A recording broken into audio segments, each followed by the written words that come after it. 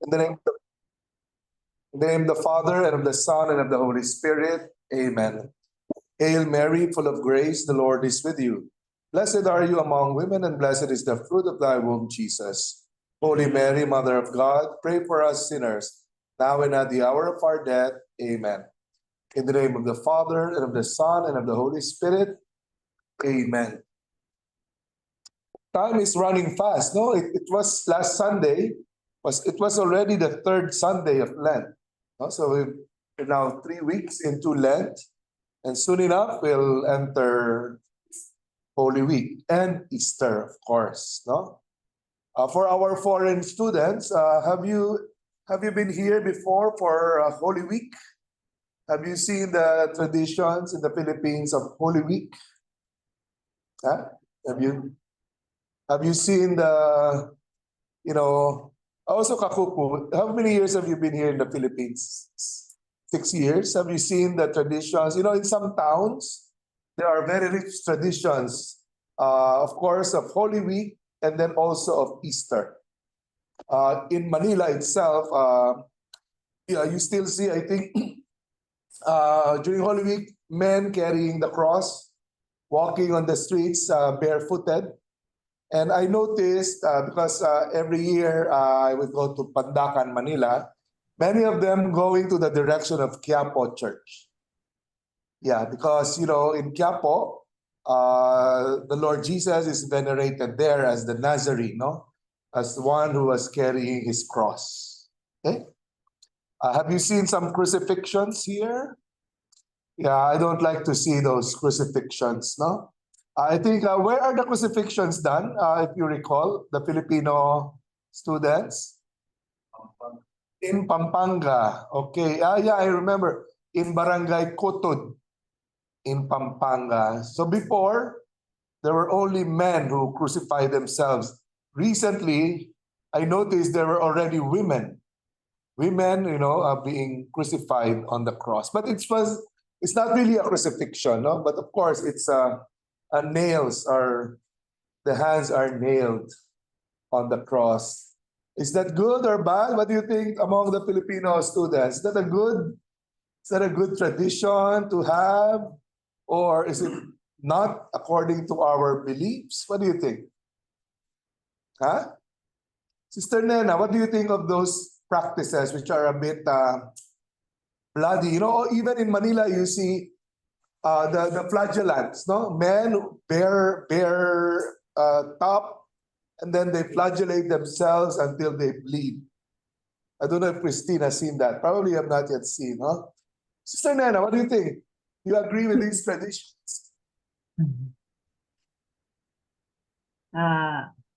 Sometimes I am also disturbed. Yes. Because in our place, we do not have like that. Where are you from, sister? I'm from Benguet, Father. From the north. Wow, that's great. Okay. So we follow the liturgy of the church, but there is no practice of flagellation, no practice of carrying the cross as like in Pampanga. But sometimes I also enjoy watching because we do not have. So I also enjoy watching, but I am, if I see them very much suffering from what they are carrying, it. So you like seeing blood, huh? Well, yeah, it's true. I'm in Indonesia, and they have different practice also here in Indonesia on Holy Week. But it is not much on the flagellation, but it is somewhat, they always have the procession, but then more on Marian. Okay, yes. They folk, of course, it's, maybe it's like they're journeying with Mother Mary together, on the way to Calvary. Yeah, that's interesting. But no manifestations of, this kind of a bloody and painful penances like those committed here in the Philippines? No, Father. Yeah. How about in Gumaca, in Quezon Province? You know, I myself, my mother is from Quezon Province, from Lukban. But in your place there, in the Gumaca area, Father Lawrence, do you have these traditions also? I'm sure you have. Father, the nearest tradition is Moriones, although it is original in Buwak, Marinduque. We kind of replicated it here among the towns near across Marinduque. But they don't have the flagellants that much. Oh, They have only okay. the festivities I that's see. on. Okay. Yeah, I think in some parts of Laguna, they have, Laguna and then Rizal province here. Because I don't know if you are aware, in Philippine church history, we studied Philippine church history when we were seminarians here in LST. That is one thing that the missionaries, because the Franciscan missionaries evangelized a lot of places in Manila and the provinces near Manila, Laguna, even up to Quezon and Bicol. And in our hometown in Laguna, and the other towns there, the Franciscans, they noticed in their account, and their historical account, their observations among the natives, early in the evangelization in the 1600s, when the people began to accept Christ, they really were very, very serious, even imitating Christ himself and his sufferings. I think that's the origin of this present day flagellations. They really wanted to associate themselves with the passion of Christ, and they try to imitate what Christ actually experienced. In fact, some of the Franciscan missionaries in their account, they were already disturbed. They were really disturbed about what was happening, especially when they found out that in certain towns there are certain houses that are set up by the people themselves, and in these houses, people do penances secretly without the knowledge of the parish priest, of the Franciscan parish priest. I don't know. I guess, when these Filipinos gave themselves to Christ, they were really just totally serious about. They really meant it when they said they will associate themselves with Christ. Now today, the Philippine bishops, they are not prohibiting these activities, but they are just teaching that is not the way. That is not it's not the best way to prepare yourselves for the celebration of Holy Week and Easter. But the bishops would respect the traditions of the people and yet provide some guidelines. Yeah. And hopefully the parish priests also and the religious congregations, they try to catechize the people that that kind of expression is not necessary. Because the problem is when people think that by doing it, they are already pleasing God, but after Holy Week, they go back to their bad ways. So that's not kind of the real pure self-offering that they can give, no? Sister Marianne, you are raising your hand, please. Sister Marianne? Okay, maybe she just... Okay, so we will now have the report. Okay, we will now have the report of Sylvester Kapuku of the Oblates of Mary Immaculate. So this is the last report. And then after the report, then we will now continue with our discussions on the canonical perspectives of consecrated life. Okay, let's have Kakuku.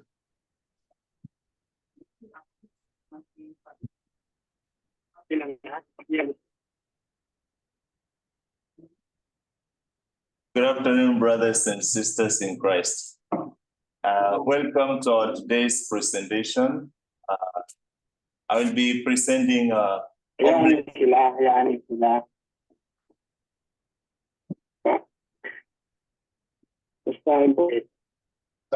record, masulat Sister Eugenia? nagsabi ng ganito, ganyan. Sister Eugenia, could you mute yourself? Sabi lang sila na napag-usapan namin na ganito, ganyan. Dapat may alam. Sister Eugenia, Could you mute yourself? Juvel, can you mute Sister Eugenia? Because Juvel is the co-host. Okay. Yes, I was saying that I will present about the oblates of the Catholic. Tanggalin mo. Ano? Oo. And Naglagay doon.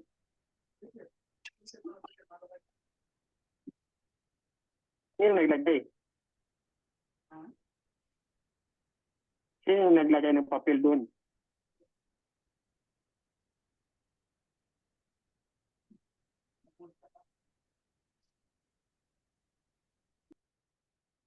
Okay. this is one of our favorite quotes, leaving nothing and dead for the gospel. So I welcome you to watch a little bit of the video. The song was composed by one of our scholastic. We are the Oblates. So it explains more about our charism and the works we do with the people.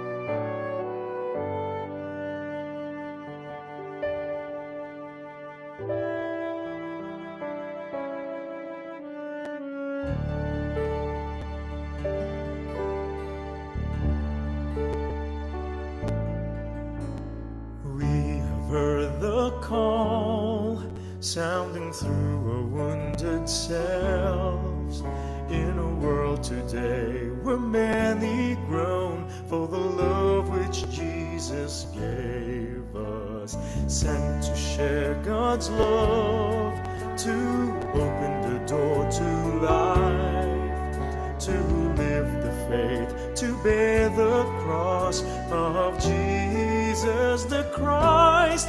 We are oblates, we leave nothing undead. We are oblates, we spread the news to the poor. We are oblates, we share the gifts of Eugene the Masonod. We are oblates, we are sent to the world.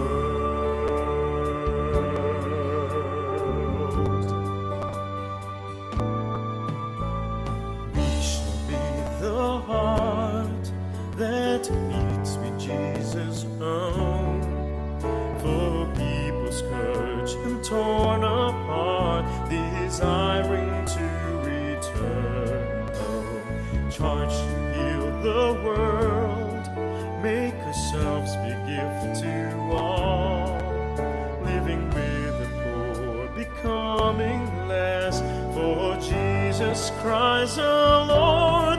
We are oblates, we leave nothing undead.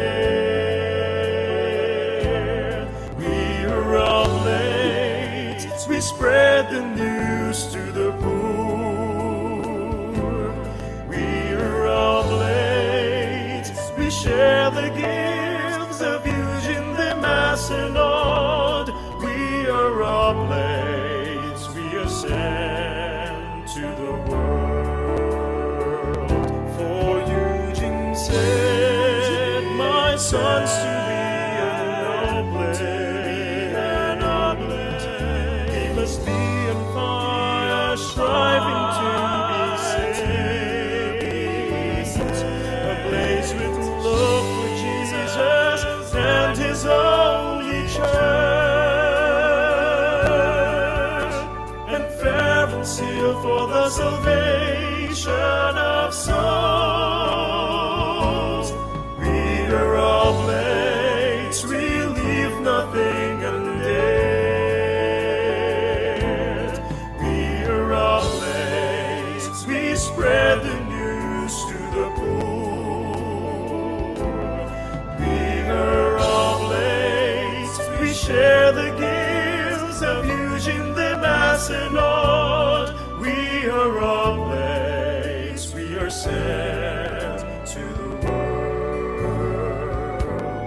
We are all mates. We are all mates. We are all mates. We are sent to the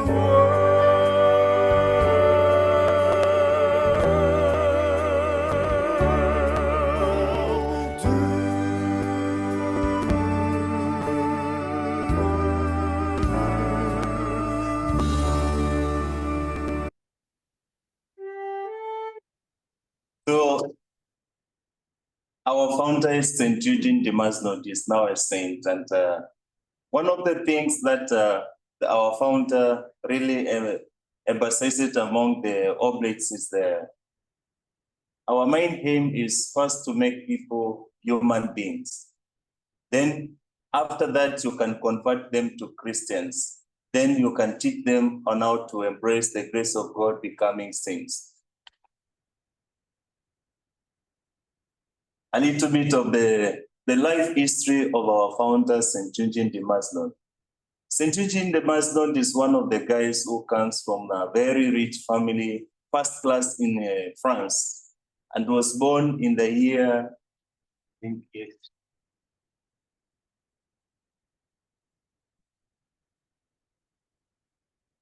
okay.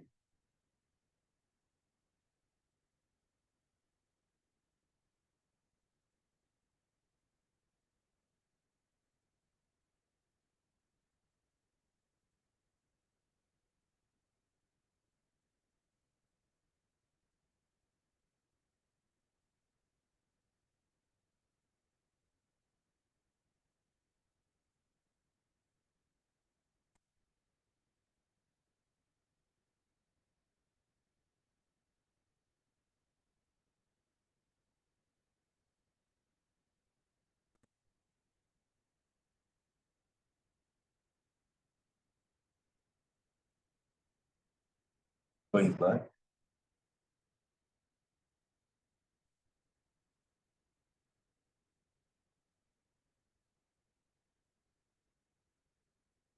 Okay, no problem. So St. Eugene was born in the year 1761 in Provence of France on the eve of the French Revolution. And his father, Charles, was one of the noble class, and his mother was very wealthy. One of the reasons why his father married his mother was for him to be protected in terms of political status.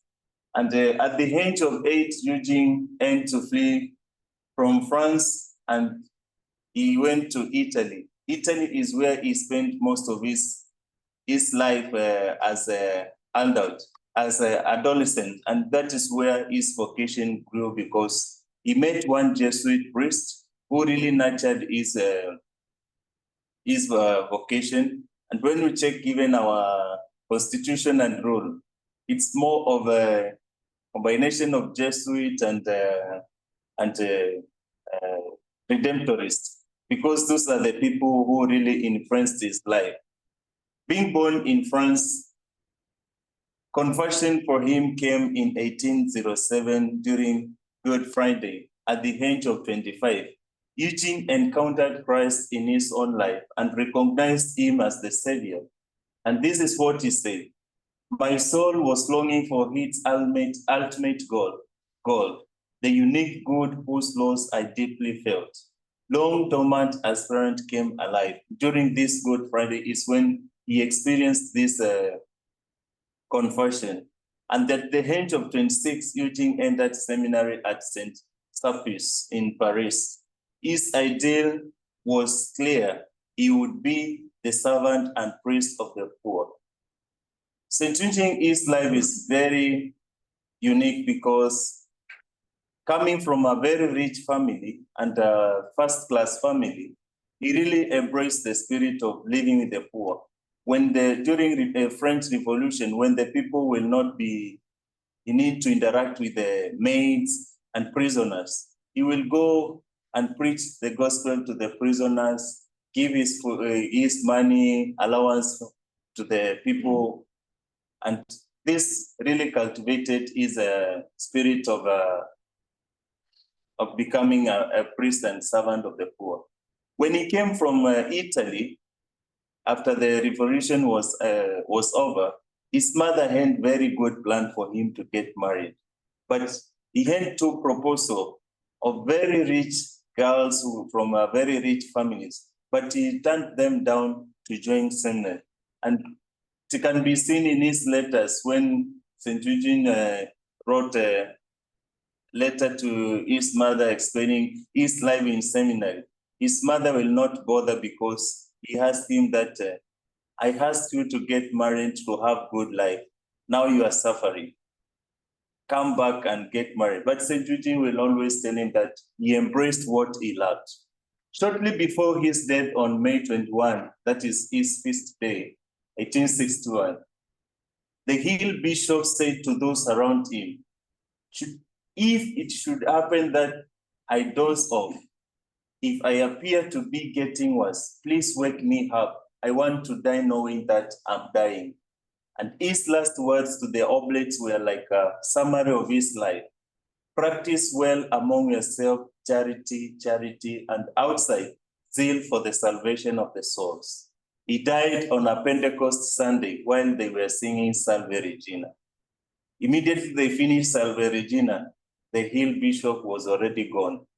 So he died when he knew that he was dying, slowly. Who are the Oblates? The Missionary Oblates of Mary Immaculate is a missionary religious congregation, the Catholic Church. It was founded on January 25, 1816 by Eugene de Masnod, a French priest and bishop later recognized as a Catholic saint. Oblate means a person dedicated to God or God's service. And the congregation was given recognition by Pope Leo XII on February 17, 1826. As of January 2020, the congregation was composed of 3,631 priests and lay brothers, usually living in the community. Now we are almost 5,000. Because of late, we have very good number of the many priests being ordained, especially in Africa and mostly in Lesotho. Lesotho, they have good number of the oblates there and vocation. So our tradition, salutation is Laudato Jesus Christus, praise be Jesus Christ, to which the response is Et Maria Immaculata and Mary Immaculate. So members, we use the post-nominal letters, OMI. Nokivendo will always say outside more than inside, because we are men of the people, so we always want to go to be with the people outside. So when he was the provincial, he said, we are men who are meant to be outside more than inside. Our charism originates from a story. It is the story of a young man, Eugene de Masnon. Throughout his life, he experienced in himself the merciful love of God, manifested in Jesus Christ, the crucified Savior.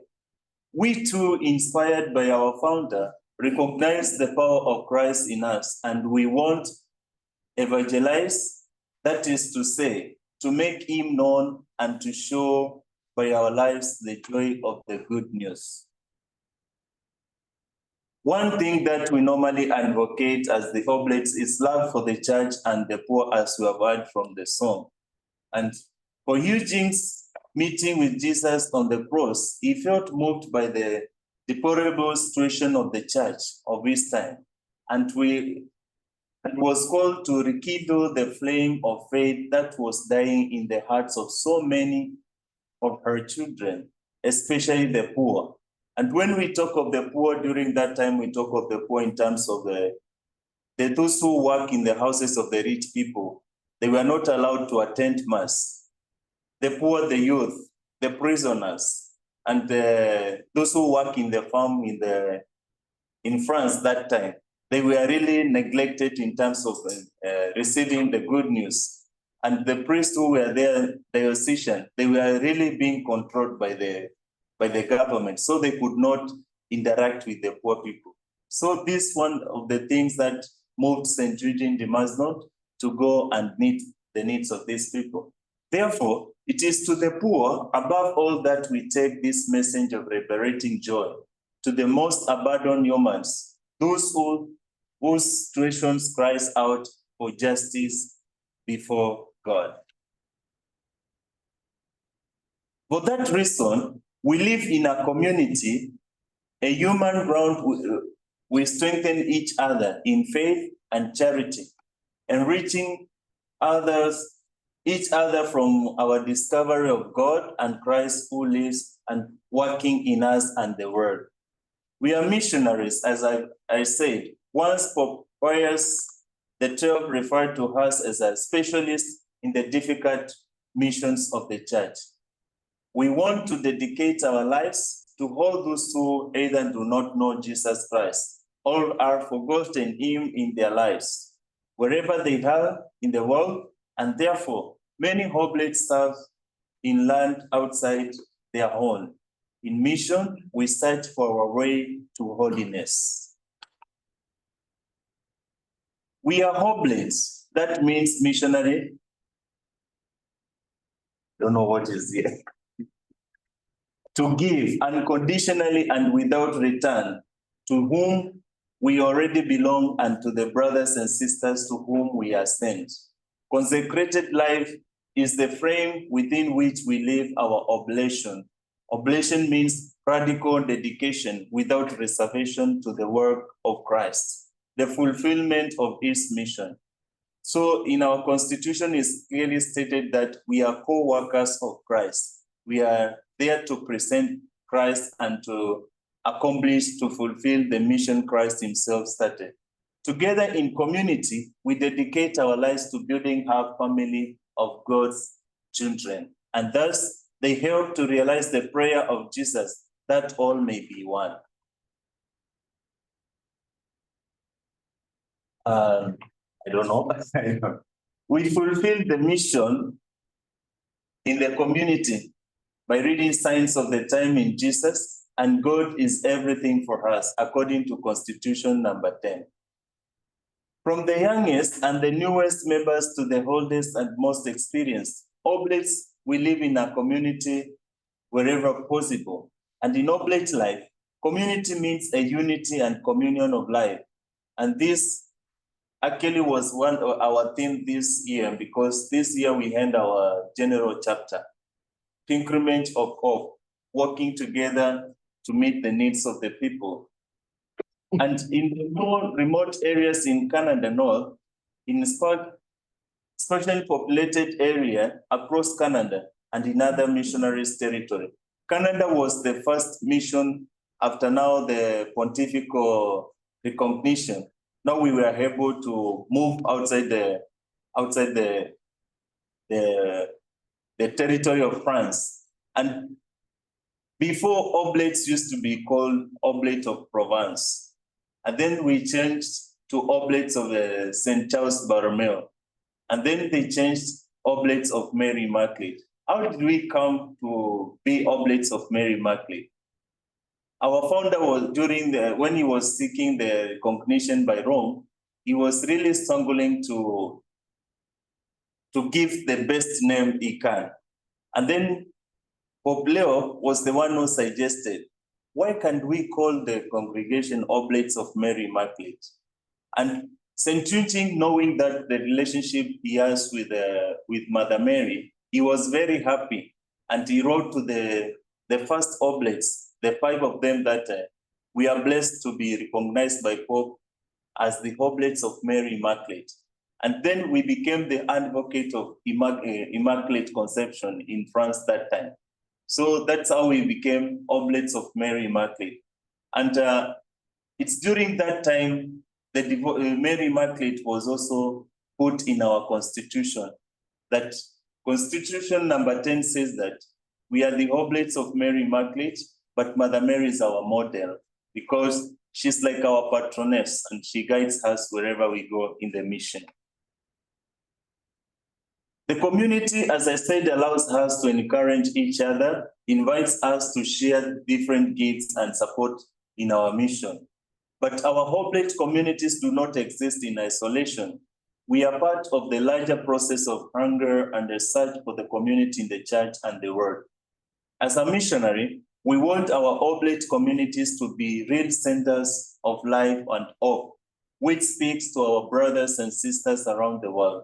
And by living this community life, we find joy in sharing our difficulties. When you go to our mission areas, every night before we sleep, no matter what time you come back, we sit together and share our experiences of the day, either good or bad. But through that sharing, we find encouragement from one another and energy to move on for the journey.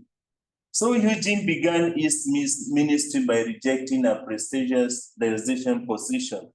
Eugene, before he died, he was to be declared cardinal. But one of the interesting things was he said that whether you die with the red cap or purple cap, what matters is your heart and your relationship with God. And he died as a bishop. So one of his goals was to awaken a faith that and all died in many hearts of many people in France. And he could move from one village to another, preaching and making people know that we are all equal and preaching justice to the poor. And in September 1815, he experienced another impulse from without that set him firmly on the path of apostolic action. And now he left the priesthood, the diocesan life. He embraced the apostolic life. This we discussed. So these are one of the some of the things that we normally embrace as the oblates of missionary. Being with the youth, to teach them to be human, Christian, and then saints. This one is well known in Mindanao. Mindanao working with the indigenous people. These are the indigenous people of Upi and Kulaman, Masiag. This was my exposure with the IP ministry in Mindanao. This Cotabato, yeah, last year. This is what do you call this one? Tawi-Tawi.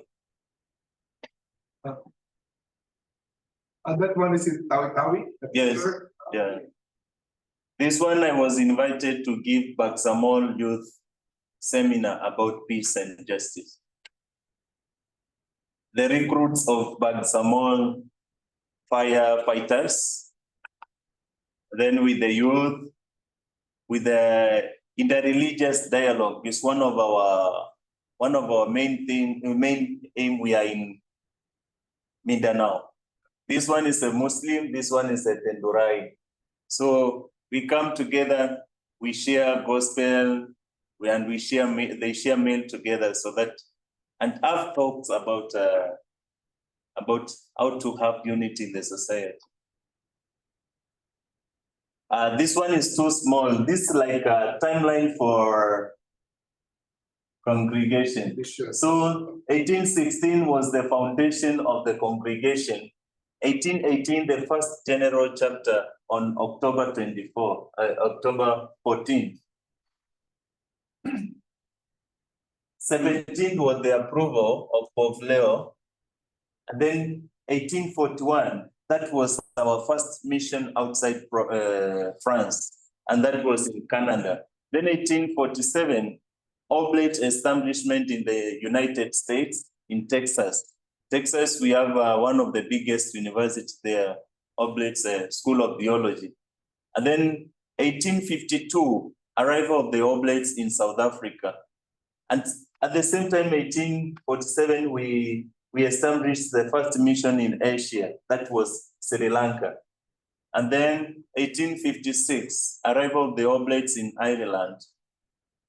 1861 was the death of our founder, and that is also his saint day. 1861, May 21.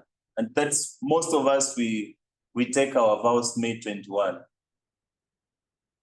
May 29, 1914 was death of the first oblate who joined St. Eugene. He is now Blessed Joseph Gerard. He is well known as the saint of South Africa because he's the one who established oblates in South Africa and Lesotho. Then 1941 was the death of the second oblate, Joseph Sembula. And then, as you can see, Kenya, we are not here. They came to Kenya 1995. So on December 17, 2016, we celebrated 200 years anniversary of the foundation of the congregation on January 25, and the beatification of the martyrs of Laos in Vietnam, and also in Vietnam and Laos. We have some guys who were killed in Laos, but some of them are from Vietnam and others are from Laos. So currently we are in all the continent. I don't know, there are 5. I saw that there is another one coming from Africa is being separated now. There is a crack now. So we might have Africa A and Africa B. So currently we are in 71 countries all over the world. And now African continent is the one leading. Europe, we have closed so many houses because of lack of vocation in those areas. In Kenya, they arrived in Kenya in 1995. But in Philippines, they came here long time ago, 1939. So next year we'll celebrate 85 years of existence in Philippines.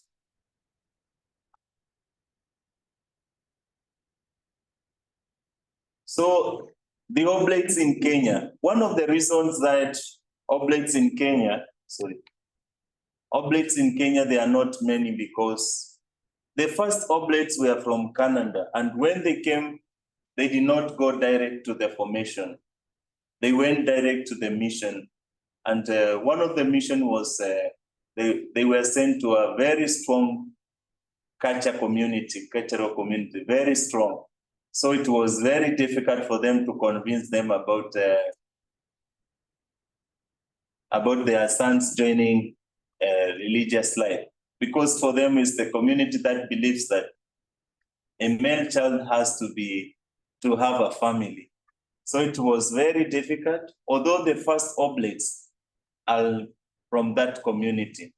And this is one of the first oblates serving the Maasai culture food. And in Kenya now, the oblates have really gotten a good momentum. This is our provincial, and this is the first oblate in Kenya. This is during one of the ordination. If you don't know how to dance, they will not ordain you.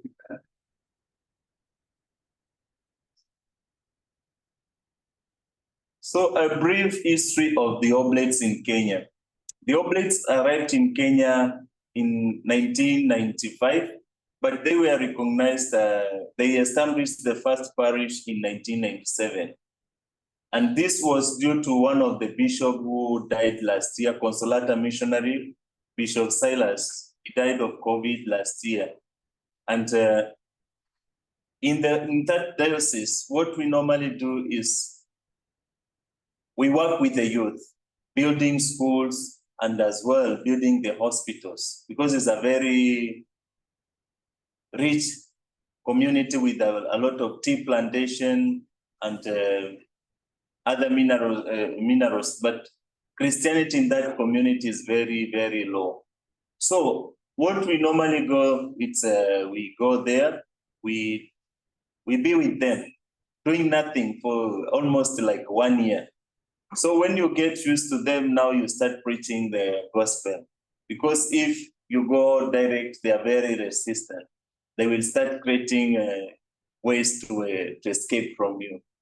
And it's the same area where we have our pre-novitiate postulate, but novitiate, we do it in different areas of the world. And where you are being sent for novitiate is where you go and stay for theology. Like for myself, I did in my novitiate in Mindanao. And then others did it in US, others South Africa and Cameroon. So these are the ministries we are taking part in Kenya now. Parish, prison ministry, justice and peace, and youth ministry and formation. Missionary oblates in the Philippines. The oblates of Mary Immaculate came to the Philippines on September 25, 1939, by the invitation of our Bishop Luis del Rosario, a Jesuit of Zamboanga. So he is the one who invited us to come here. And this happened because, according to the history, he went Rome to stay, to visit. But when he went there, he could not find other places to stay. So he was directed to the Oblate's general house. And he stayed there. And during that time of staying there, he get to know the Oblates and he loved the work they are doing in Canada. So he invited them to come to Mindanao. And taking over from the Jesuit, the Oblates continued the evangelization of the Hembara province of Cotabato and the Sulu Tawi-Tawi group of islands. With fidelity to the Christian faith, they sought to win friends and allies among the Christian, Muslim, and the indigenous people in the heart of Mindanao. As we all know that Mindanao is a territory for Muslim. So one of the priests who died a few years ago, Father June Mericando, is well known as the friend of Muslim. Even his grave is written the friend of Muslim. He was really like a Muslim, even the way of dressing. And he had so many friends of Muslim. So this is one of our Assistant General Superior. He just finished his term and he came back. He's from Philippines, Father Mon Benabe. He studied here. Okay. So the work of what we normally do in this Muslim-dominated southern Philippines is wonderful. The entire island of Mindanao was under the one diocese when the group of the first 7 Oblate pioneers arrived in the Philippines. And these 7 were from America and Canada. These ones, the ones seated. This was during their day of send-off. So majority of them, they became bishop in Cotabato and Tawi-Tawi. When they arrived in Mindanao, after some days, after some years, they find it difficult to do catechism, especially with the indigenous people. So they founded one of the congregation well known as the OND, Oblates of Notre Dame. So these are our sisters, and their main thing was to do catechism, to help the first missionaries to do the catechism. As well, they worked they formed first Catholic radio station in the Philippines, that is DMX. I don't know what it means, but I know it has Mindanao and Sulu.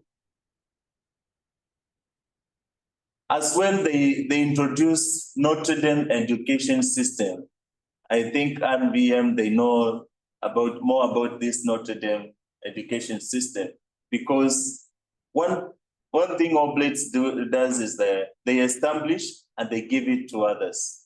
Like they establish schools, they give it to RNDM, RVM, and Marist Brothers, and also the ONDs to run the school and go somewhere else to establish new one.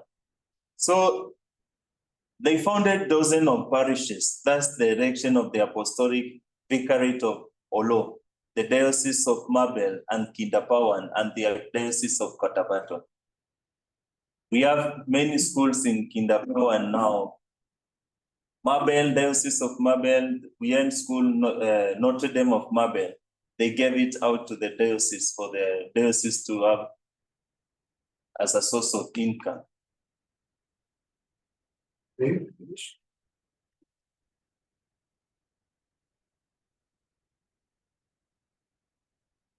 Communities in Metro Manila. I could not download all the pictures and I just put the names so that you can see the communities we have, especially in Manila.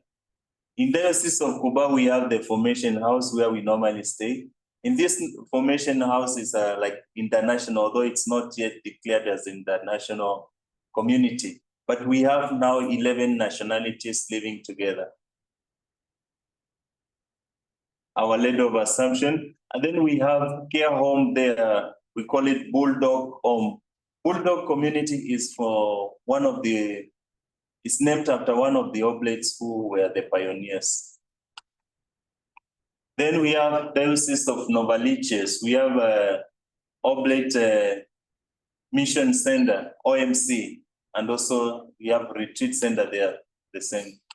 Then we have Diocese of Caloocan, Our Lady of Grace, well known with Father Ponpon, with Laudato Si and rabbits. And then we have Notre Dame of Great Manila. Then we have the Bagubario, Our Lady of Lourdes Parish. In Cotabato Archdiocese, we have our provincial houses there, Notre Dame University, the Masnon community, which is our formation for the aspirants doing philosophy in the Notre Dame University. As well, we have Notre Dame Press, where we have our printings and other things. And also we have Notre Dame Hospital now, it's under care of the Dominican Sisters, NDH.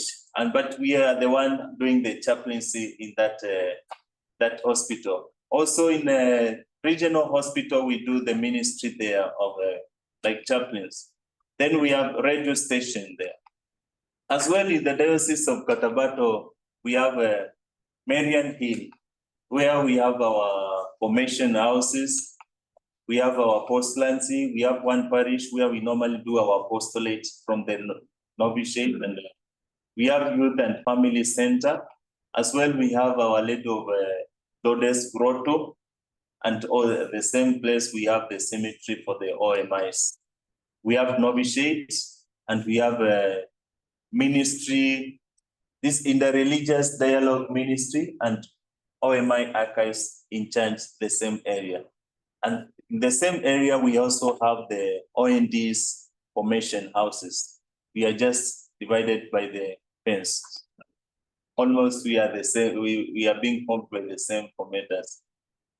Still in Cotabato, we have ministries like Mountains or Indigenous People. We work in the parish of Our Lady of Salvation Parish, Imanan, with IP ministry. We also work in San Isidro, Labrador Parish, Nuru, Upi. As well, we work in Mashan, Our Lady of Guadalupe, Capo, then Notre Dame of Kulaman. In Notre Dame of Kulaman, we have IP ministry and also parish ministry and the school.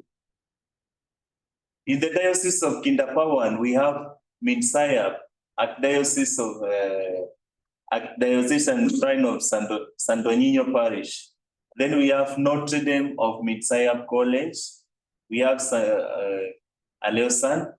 And the past we have we were the one running the parish, but now we gave it back to the diocese, and we just only remained with the farm. We have also Notre Dame Broadcasting Corporation. That is, we have the radio station there as well. And then we have the Topiang. In Kidapawan as well, I think we also have more. We have also Matalam, Pangipasan. Pangipasan. It's a very nice place to go. I was there. Then we have Pikit. Pikit, this is a Muslim dominated place. So what we normally do here is to go to the people, have the dialogue with the people.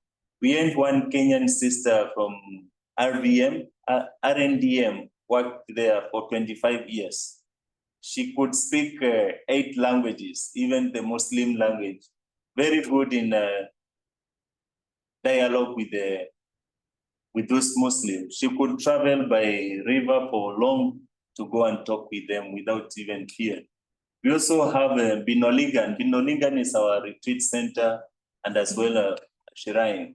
And then we have Office of the Director of Interreligious Dialogue.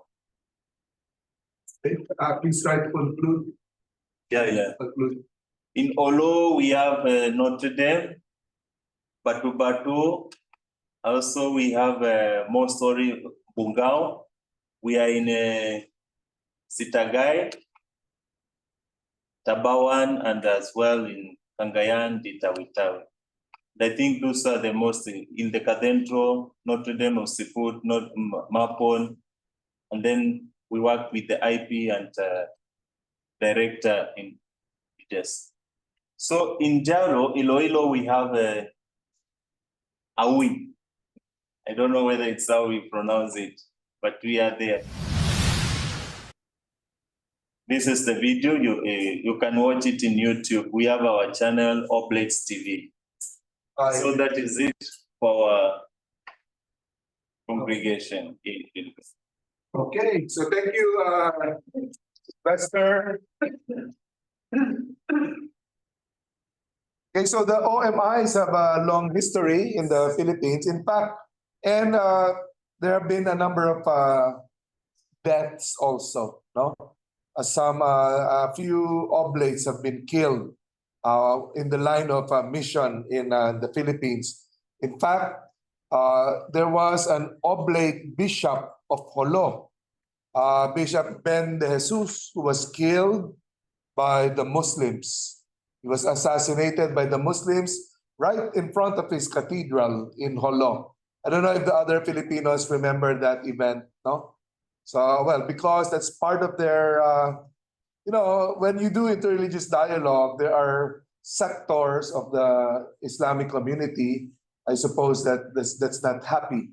It's not happy with that, no, because they become peaceful, but some fundamentalists among the Muslims, they want trouble, really. So they were angry at that activity of the oblates for interreligious dialogue. Okay, what we will do is this now. We will take a break now. It's an early break, so that when we come back, we will begin discussing more canonical provisions regarding consecrated life. So by my watch, it's 2:55. Okay, let's come back at 3:15. So we'll have a 20-minute break as usual, but a little earlier now. So later we can proceed without interruption. So we'll be back at 3:15 later. Okay, see you in a while. Juvel, could you help out set up for my lecture?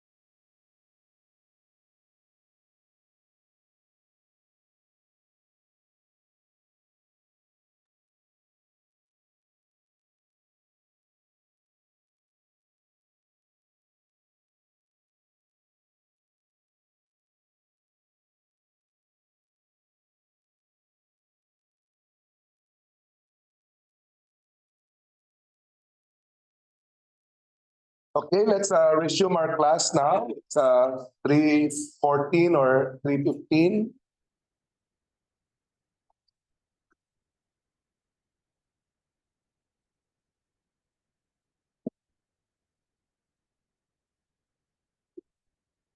Okay, are we all back?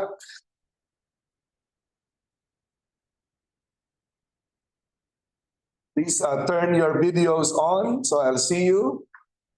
Make sure you're there and you're not sleeping.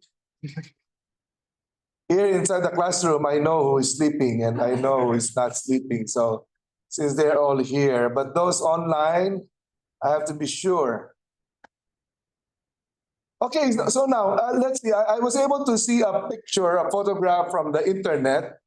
It's a group of religious nuns or religious sisters playing volleyball. No, they seem to be enjoying themselves in their sports. I don't know if religious communities of women have time for sports because in seminaries, as you know, usually in the afternoon, there's a time for sports. I don't know, is it done in your communities every day? Every day?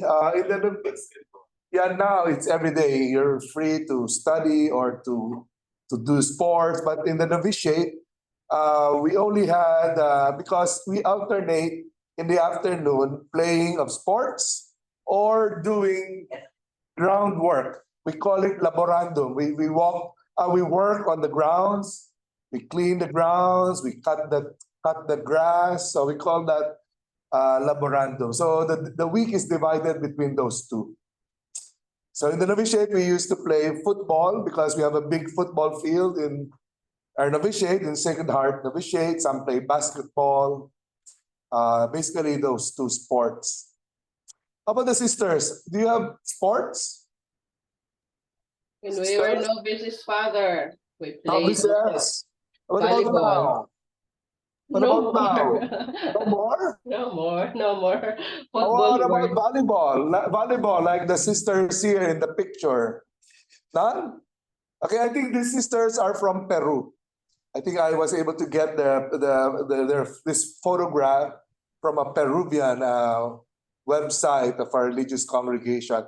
So we're talking about consecrated persons, and consecrated persons are persons, people of God, members of God's people who profess the evangelical counsels. As you know, not all members of the people of God profess the religious vows or the evangelical counsels. This is a particular group of people in the church, and that's most of us here. So I have a question. What word do we use? Sometimes we get confused or we interchange terms. Should we call us, our lifestyle, is it religious life or consecrated life?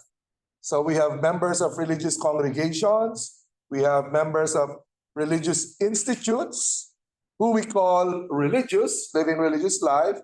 And what about consecrated life? So that is the question. Normally, almost practically in different settings, we use religious life. Okay? But we have to see the distinctions. There are distinctions here. All members of religious congregations, all of us are regulated in the Vatican congregation, now called dicastery, the dicastery for institutes of consecrated life and societies of apostolic life. So here we have two groups that are being referred to, two groups of people who are under the Vatican dicastery. Those who are members of consecrated life, and number two, those who belong to societies of apostolic life. They are not the same. And that is the reason why there is the word "and." Consecrated life and societies of apostolic life. I will tell you now that there are two forms of consecrated life. Two forms. Okay? And now and then we have another special group of people called societies of apostolic life. So we have here a quotation from Lumen Gentium number 44. As you know, Lumen Gentium is the constitution on the church. Lumen Gentium talks about the people of God, and specifically in LG 44, letter A, it speaks about religious. Okay? It says, it pertains to religious as all those who with vows or other sacred bonds oblige themselves to the observations or the observance of the evangelical counsels. And the evangelical counsels are the vows of poverty, chastity, and obedience. These are what they call religious. Now, just before Vatican II, there was a pope who kind of recognized a different form of consecrated life. This was before Vatican II. Many of us think that at Vatican II, things began to change immediately. No, there were already a lot of changes happening before Vatican II. And the reason why Vatican II was called by, who called Vatican II? Anyone? Pope? 23rd. Yes, not Paul the Sixth, not Paul the Sixth. It was Pope John the 23rd. Okay? The old man, that fat man who was, many thought, many were thinking he would die anyway, and he will not make too many changes. In fact, at the time when he called Vatican II, there were already a lot of reforms happening.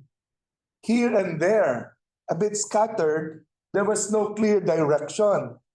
But Pope John the 23rd precisely called Vatican II to put some order, put some direction to those changes that were already happening. In fact, before Vatican II, Pope Pius XII, no, in his apostolic constitution, Provida Mater Ecclesia, February 2, 1947, he already recognized that there are other consecrated people who are not called religious. They are what we call secular institutes. These are, as we'll see later, mostly these are women who are consecrated by the vows of poverty, chastity, and obedience, but they don't live like religious. They don't live like nuns, but they have the vows. They live in the world. But at that time, I could imagine many were doing hospital work, many were were teachers or professors. But the way we understand secular institutes today is they can work in the bank. They can be supervisors in factories. They can be executives. And yet they have the vows. As early as before Vatican II, 1947, the Pope already recognized that important kind of consecration. Okay, now, at Vatican II, the fathers of Vatican II approved a decree on the renewal of religious life. No? It's called Perfecte Caritatis. So that's PC number 11. What does it say about secular institutes? They are a true and full profession of the evangelical counsels in the world. Okay. What about us religious? Are we not in the world? No, it means something different. We are actually here. We are active. We are in the apostolates. We are in the missions. We are doing catechesis. We are teaching in the schools. We are, in a sense, in the world. But we are living in the world within a separate community. No, we are not living like lay people. And rightly so, no? Because lay people have their own special charism. But we religious, we have our own special charism at the same time. Now, secular institutes have even their own special charism. They are consecrated, but living in the world to a certain extent like lay people. No? And by being consecrated in the midst of the world, they are like yeast. They are like yeast. Placed in a dough of of flour, and as yeast, they're like the seeds of Christian life growing in the world, no? By their own way of life. So they are living in the world, but with the evangelical counsels. You know, honestly, at this time, since we don't know too many people who are members of secular institutes, we still could not really see in practice what this is. No? We know in ideas, in theory, according to Perfecte Caritatis. But in theory, I would like to see more examples, more real life situations of men and women consecrated, living in the world in their secular work. Okay, later I will ask our sisters and our brothers online and those here if they have already encountered somebody who is a member of the Secular Institute, and what do you know about their way of life? So they may be lay, men or women, or they may actually be priests, no?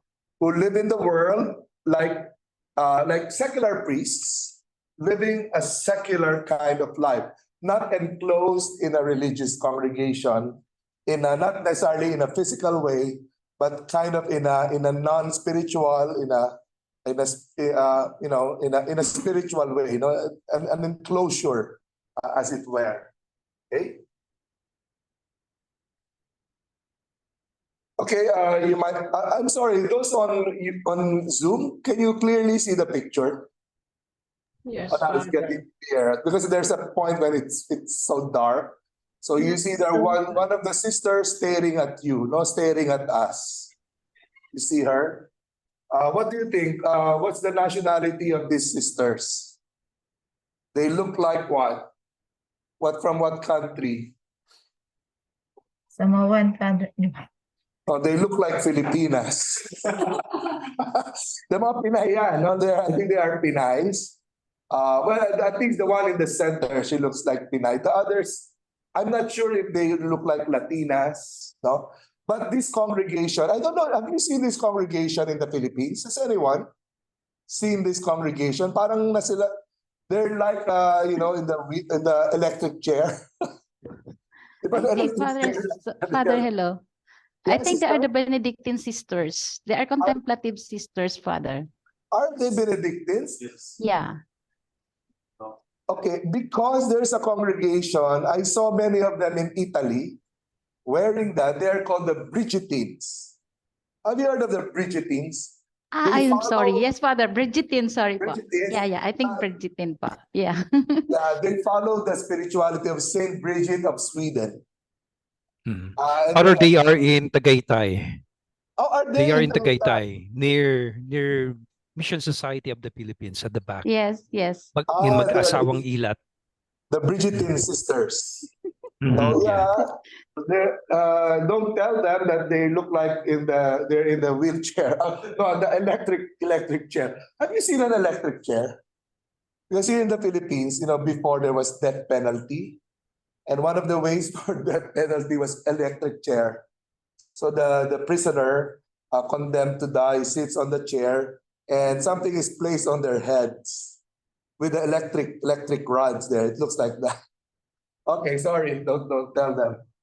Okay, so they are consecrated. Now, in 1994, Pope John Paul II, Saint Pope John Paul II, called a synod of bishops. And what he wanted to do is to discuss the life of consecrated people. So the synod was called the Synod of Bishops on Consecrated Life. And after every synod of bishops, about a year or two, the Pope will issue an apostolic exhortation expressing his thoughts and his teachings on the topic of the synod. So here, Pope John Paul II issued the post-synodal apostolic exhortation called Vita Consecrata, or Consecrated Life. What did John Paul II say? He wrote that the religious profession is a special and fruitful deepening of the consecration received in baptism. the basic, the fundamental consecration of all of us, whether we are priests or religious, is the baptismal consecration. Now, what's the difference now of the consecration as religious? Now, the close union with Christ, already begun in baptism, now develops in the gift of a fuller and more explicit and authentic configuration to Him, to the Lord Jesus, through the profession of the evangelical councils. No? You might be asking, or because it's also part of the questions in my mind. Does this life of consecrated makes it more special than the consecration of religious? Does it make this kind of definition? It says there, a fuller and more explicit, authentic configuration to Him, to the Lord. Does it make it a more special kind of commitment compared to lay people? That's a question, no? That we all have to ask and try to answer. Yeah, is this more special compared to the lay? Anyone? Father, Oh yes, who's speaking, please? Sir Marian, Marian, Sister Marian, please, what's your idea about this? I think it's not more special, but theologically in the consecrated life, it is special and new. It's special because of its celibate perspective. Yeah, which is not done in, well, to a certain extent, not required of lay people, yes? Yeah. And new because of our how do you say the vows that Okay. makes a new one. Okay. I would say this, no? In terms of kind of, how would you put it? In terms of a radical commitment, no? The fact that men and women, by consecration, no, to consecrated life, profess the vows of poverty, chastity, and obedience, by that commitment, they are closely bound to the service of the church. No? It is a closer binding and obligation and duty to serve the people of God in the church. One cannot be consecrated without that radical service for the people of God. No? Now, lay people also do that service, definitely. But in terms of being bound to that service of the church by their whole life, it would not be the same. No? Unless a lay person consecrates himself or herself publicly, either by way of religious consecration in the religious congregation or in a secular institute. Okay? So it's not a question of which is more special. It is a question of the degree and the radicality of one's giving of oneself and dedication and obligation to the service of the people of God. No? So this way, the parish priest or somebody who is in charge of an apostolate or a mission can really remind religious that you are completely dedicated to the service of the church in this regard. Provincials can do that. No? However, priests and sisters cannot do the same with regard to lay people. Okay?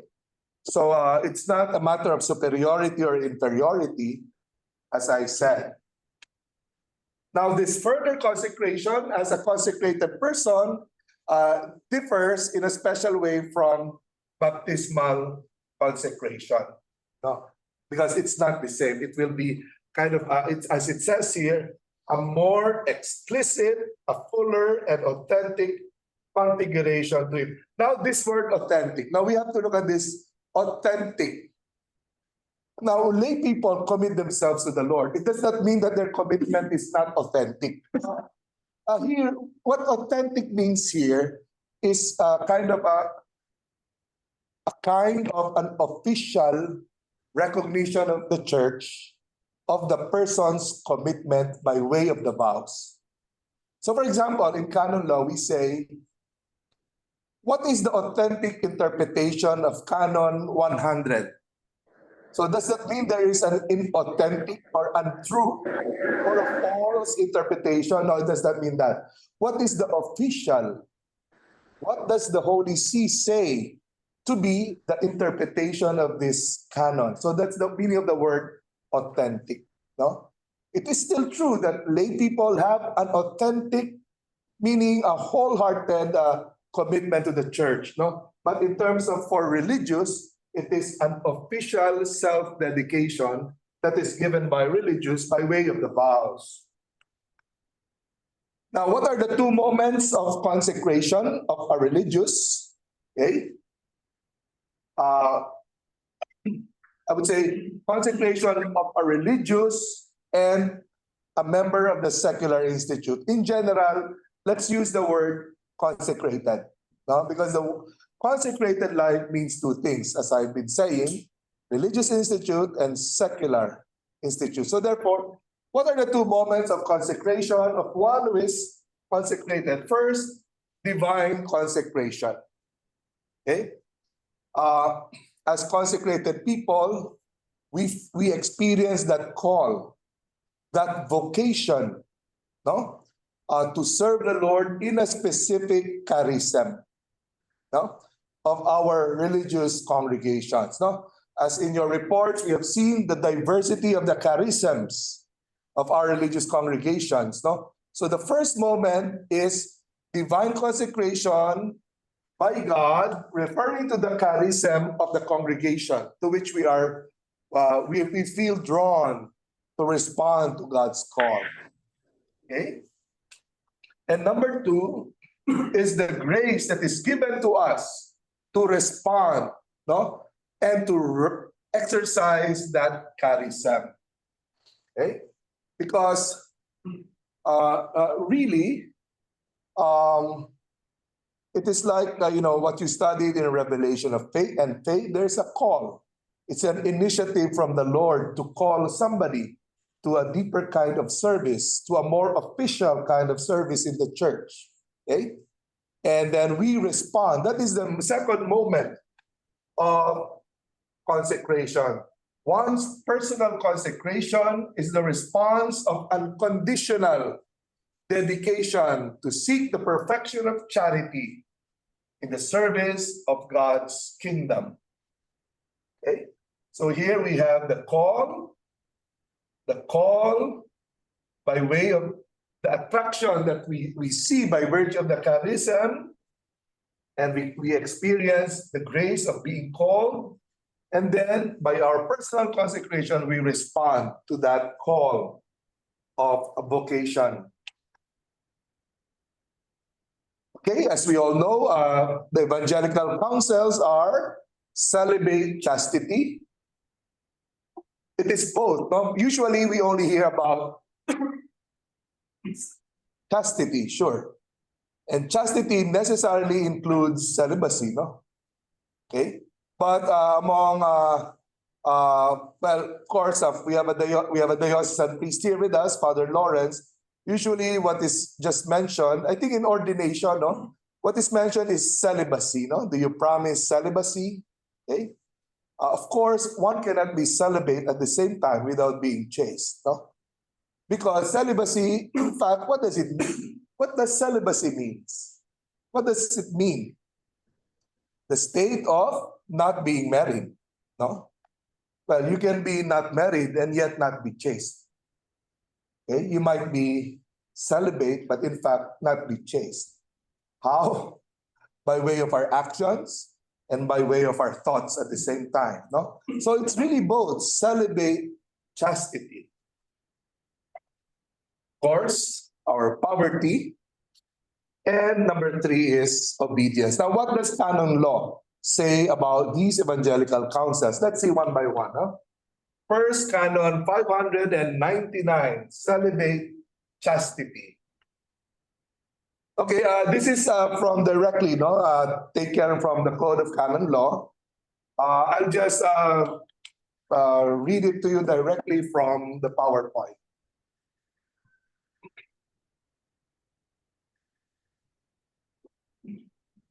Okay, let's see, Canon 599 on chastity. The Evangelical Counsel of Chastity, embraced for the sake of the kingdom of heaven, is a sign. Chastity is a sign of the world to come. What does that mean? How is chastity, no, our life of purity, how is it a sign of the world to come? What is this world to come? I guess that is what we call the new heaven and the new earth, no? That will be established by the Lord Jesus in the fullness of time.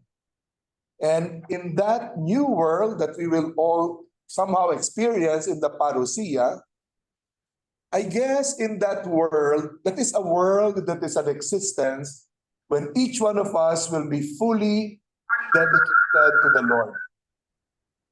When our full attention, okay, please unmute, please mute yourselves. Everybody, please mute so there will be no feedback. So in that new world, we will be totally focused on the Lord. We will not be, our full life will be at the service of the Lord. Okay? When we were in the novitiate, somebody was tasked to give a report on Jesuit chastity. And this is one thing I remember. I forgot many things about those reports, but I remember one.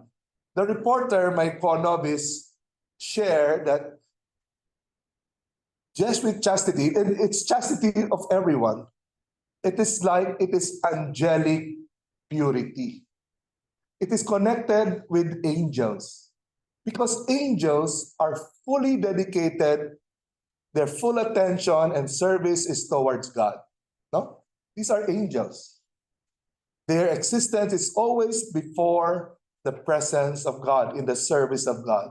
So when we are chaste as the angels perhaps, then our life is totally focused on the Lord, not on the vain things of this world, not the pleasures of this world, no?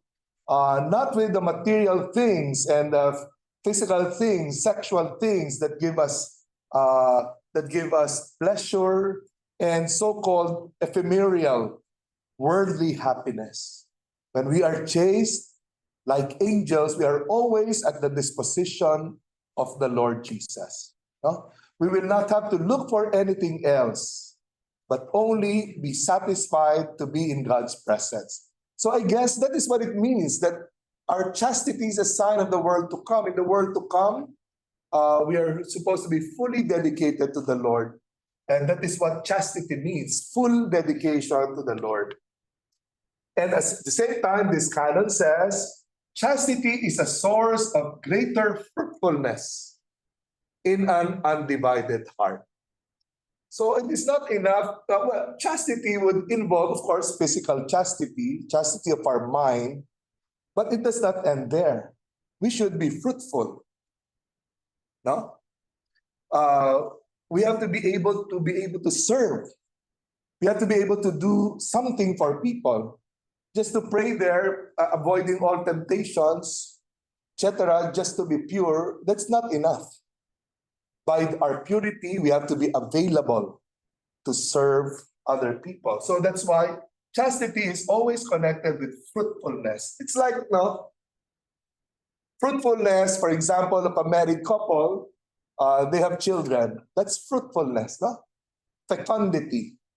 For us, we will not have children.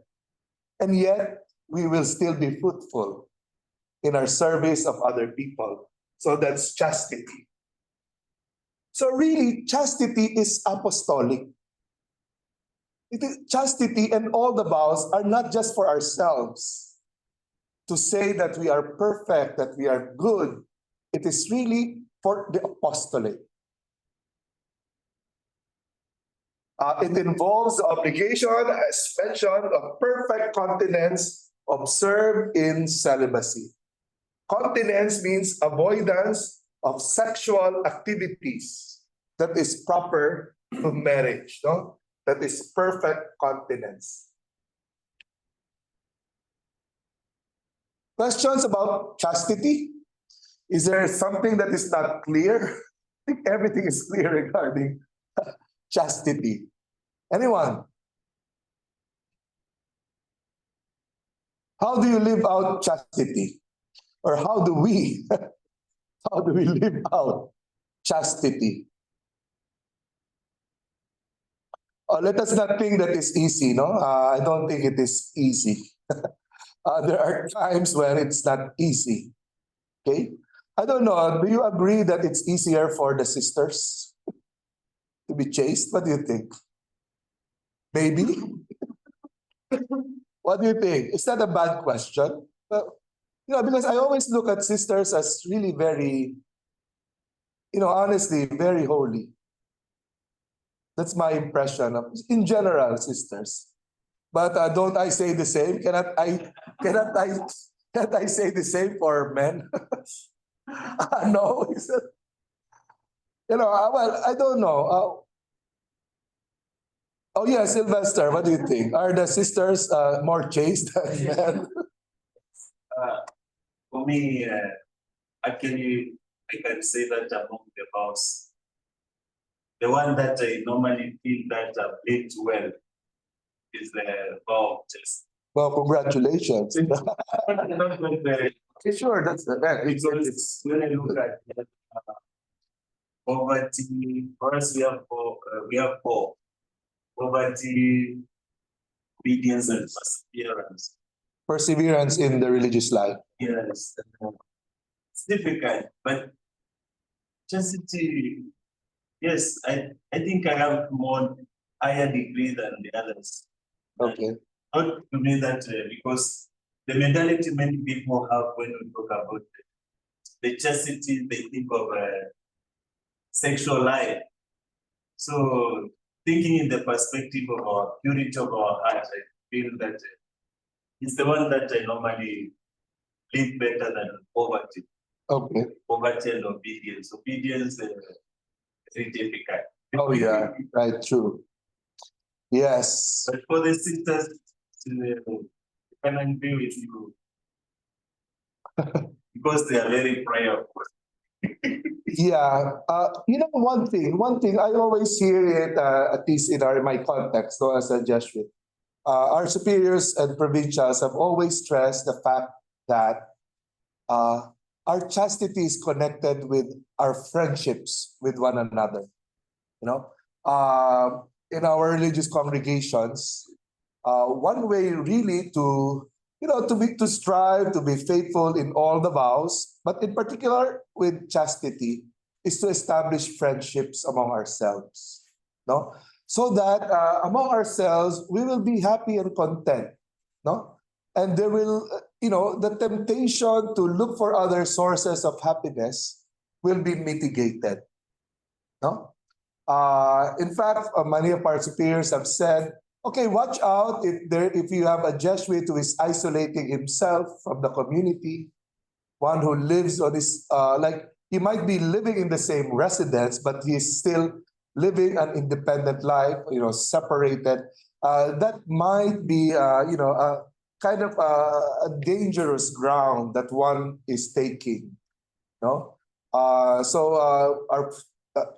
We have unity in our minds, in our hearts, in community, and then that will support us in our capacity to live out the vows. And I think for the sisters seem to be, more kind of more faithful, as it were, in their common life, no, in their community life, no. Whereas sometimes here among religious, you have a religious living separately from the community. I know in the past I have seen some religious here living alone in a house, in an apartment. So I asked, "Oh, why are you here? Don't you have a community?" "Yes, I have a community there in Loyola Heights." "So why are you not there?" So, that kind of a setup, no? But with a strong community life, then we can be supported in our living out of the vows. Any comments from the sisters? Is that Father, correct? One of my observation that you are more closely kind of bonded together in community. Sister Odisa, yes? yeah. Good afternoon, Father. Yeah, I also there's not female. Oh, there's a problem again with the connection, internet. Okay, so sister, your internet connection This is weak, no? faithfulness may be, and the desire to be always in. Okay. Okay, sister, please improve your connection so we can speak clearly, no? Other opinions from the class regarding what will be the most important kind of support for living out of the vow of chastity? So that's my question. Anyone? Sister Father? Liselda? Yes, Father. So far, for us FMM, actually it is stated in our constitution itself that prayer is really necessary. And at the same time, to be with the community always is also, Yeah. it is a must to live out the chastity part of our Father. vows. Yes, you're right. So I agree with you, and many of us agree with that fact about community and prayer life is important. Father, am I audible enough? Okay, now you sound better now. Papa. Yeah, same with sister. I heard of what Sister Liselda had said. It's on community living and at the same time prayer. And one thing more, I get this also from one of our Jesuit teacher. He said to us that when we say of chastity, it includes embracing one's sexuality. Oh, yes. Embracing your sexuality. And I got from him that when we embrace our sexuality, we also have a chance of being creative in expressing the sexual energy, which is where we can be fruitful. So I guess, Father, for female religious, we have a way of looking for a creative expression of our sexual energies. So we can attend to gardening. We have many ways, I guess, outlets, no? Yeah. Outlets of expressing that fruitful. Yes, thank you, sister. Now, that's quite an important point by Sister Odisa. Many years ago, I would say in the 1950s, definitely, 1960s also, but also in the 1970s, among religious congregations and religious type, including the diocesan priesthood, there was no formation in sexuality. No? The psycho-emotional aspect of our lives, including greater awareness of our sexuality, there was practically nothing in their formation program about that. So what? So they don't even talk about it. They don't even talk about it. Then they have all these kind of a wealth of feelings and emotions inside, no? And then when they get out of the seminary, not everyone committed violations, no? But many were unable to handle themselves in the face of human realities, in the face of temptations, no? And there have been a lot of cases, as you know, even with this problem about sexual abuse, no, of minors. If you recall, many happened in the 1950s, 1960s, 70s, that only came out recently. And then they say, oh, it happened 30 years ago. And part of the reason, I think, there was no sufficient formation in the area of sexuality. However, today, I hope, my dear brothers and sisters, in our formation from the novitiate up, no, that there is a clear formation program on psychosexual maturity. So that would entail, as mentioned by Sister Odisa, the awareness of our sexuality, no, of our being a man and being a woman, no, and what are the forces, no, what are the forces that happen inside, no, and that's the reason why it has to be discussed, it has to be shared. You know, when you suppress these things, it will explode like a volcano later. A little temptation there, then you go to bed with that person, no? No, that's the thing that has kind of happened. So I hope in our religious congregations we have that kind of formation program, no, about sexuality. Now, if you don't have it, try to be aware, try to research in your own congregation. Now, make sure that some modules on psychosexual maturity is present among your modules. Like when we were novices, way back in 1986 to 1988, we had the psychospiritual integration, the PSI. No? Now that PSI, psychospiritual integration, is much wider than just sexuality. Then we had another seminar on sexuality. We call it Human Sexuality Seminar. So we were a group of novices. We were many. We were around 30 novices of the society. Then we had some sisters together with us, no, in the sexuality seminar. So we had the RVM sisters with us. I think we also had the RSCJ and the Good Shepherd sisters. So we were, talking openly about sexuality. Okay? Now poverty, Canon 600. Okay, I wonder if more will have difficulty about this compared to chastity, no? Evangelical Counsel of Poverty, in imitation of Christ, who for our sake was made poor when he was rich, entails a life which is poor in reality and in spirit, sober and industrious, and a stranger to earthly riches. So what I want to stress here is poor in reality and in spirit. Okay? Now, the vow of poverty is exercised and lived out in different ways by different religious congregations. Okay? Okay, the first thing that I have to explain, since I am a Jesuit, are we poor in reality? No. Why?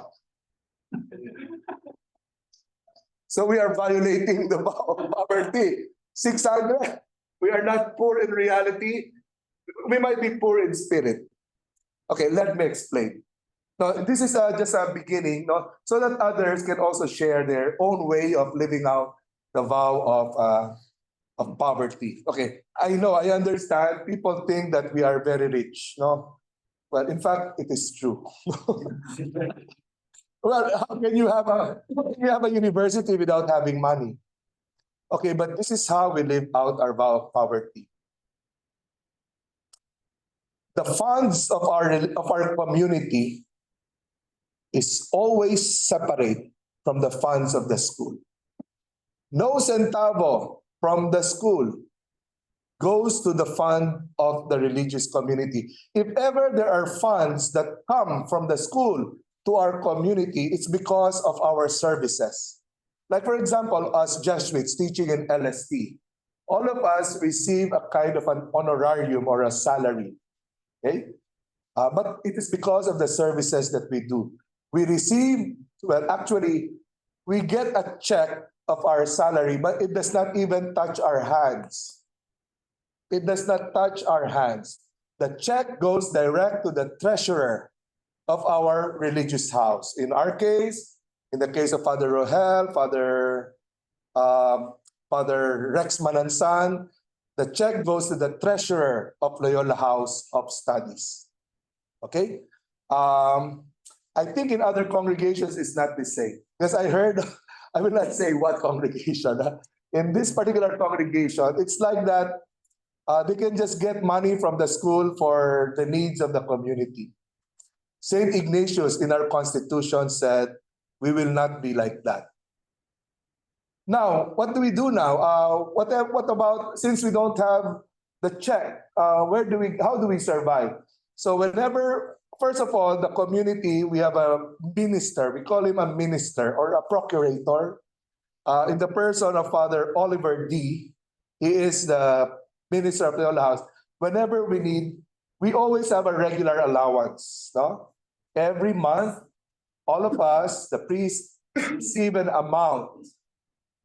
Should I tell how much? Well, for Christine, it's a little amount compared to what she was earning before, probably 4,000 pesos a month. Okay, including transportation. Okay, so that's it. And then when we need clothes, I think I need a new kind of polo because it's getting small. So I need to get money from the minister. I need to request for funds. No? And those kinds. It's for us that living out of the vow of poverty is dependence on our community. Whenever we receive, sometimes, for example, we celebrate masses outside. No, we receive the stipend. We cannot keep the stipend to ourselves. Our stipends, our ministries have to be surrendered to the minister of the community. No? So our salary, our stipends, all gifts that we receive have to be surrendered to the community. None of us is allowed to have a bank account, a personal bank account. Of course, LST, we have a bank account, but it is an institutional bank account. It's not a personal bank account. So really, in essence, what the vow of poverty for us is dependence for our needs from the community. So that nobody can say that this Jesuit is richer than the other Jesuit. Okay? I guess that's it. So therefore, there are also certain basic needs that we need to buy. No? So therefore, yeah, for us, our concept of poverty in reality is if we are situated in a particular environment that our lifestyle will more or less approximate the lifestyle of the people where we live. Okay? So that around us, so we have Loyola Heights, well, mostly rich people there, but we are also near Barangka, which is actually what perhaps middle class or lower middle class. So our lifestyle should not be so, I would say high, so that the poor people will hesitate to come to us. So that's our kind of criteria. So therefore, if our Jesuits are in the mission in Mindanao, so in fact, we have parishes in Mindanao, in Bukidnon, so their lifestyle will be the same lifestyle in general as the people around. Okay, there has to be some more comfort, no? Because we need to live, we have to rest. You need a good bed. You need good food also to be able to have energy to work. So that is how our vow of poverty is lived out. How about you? Anyone? Of course, Father Lawrence has no vow of poverty because he's the diocesan priest, okay? What about the other religious? Okay, we will not yet talk about, Father Serge is a member of the Society of Apostolic Life. So it is a bit, it's different from the vow of poverty of religious congregations. Anyone? Julie, how is the vow of poverty lived out in the Sons of St. Anne? Anyone? Could you come closer so they can hear you? Oh, tell us the truth, huh? Okay. How much is your allowance? Just some sharing. Yes, we practice the vow of poverty by being dependent at this time to our delegate where we belong in Okay. the community of the Philippines. And we're not so stable yet. Yes, because you're still few, no? We Okay. have only one community in the Philippines. But we tried as much as possible to live on our own because the delegation of Italy demanded us to be stable here in the Philippines. It's so difficult for us to stand alone.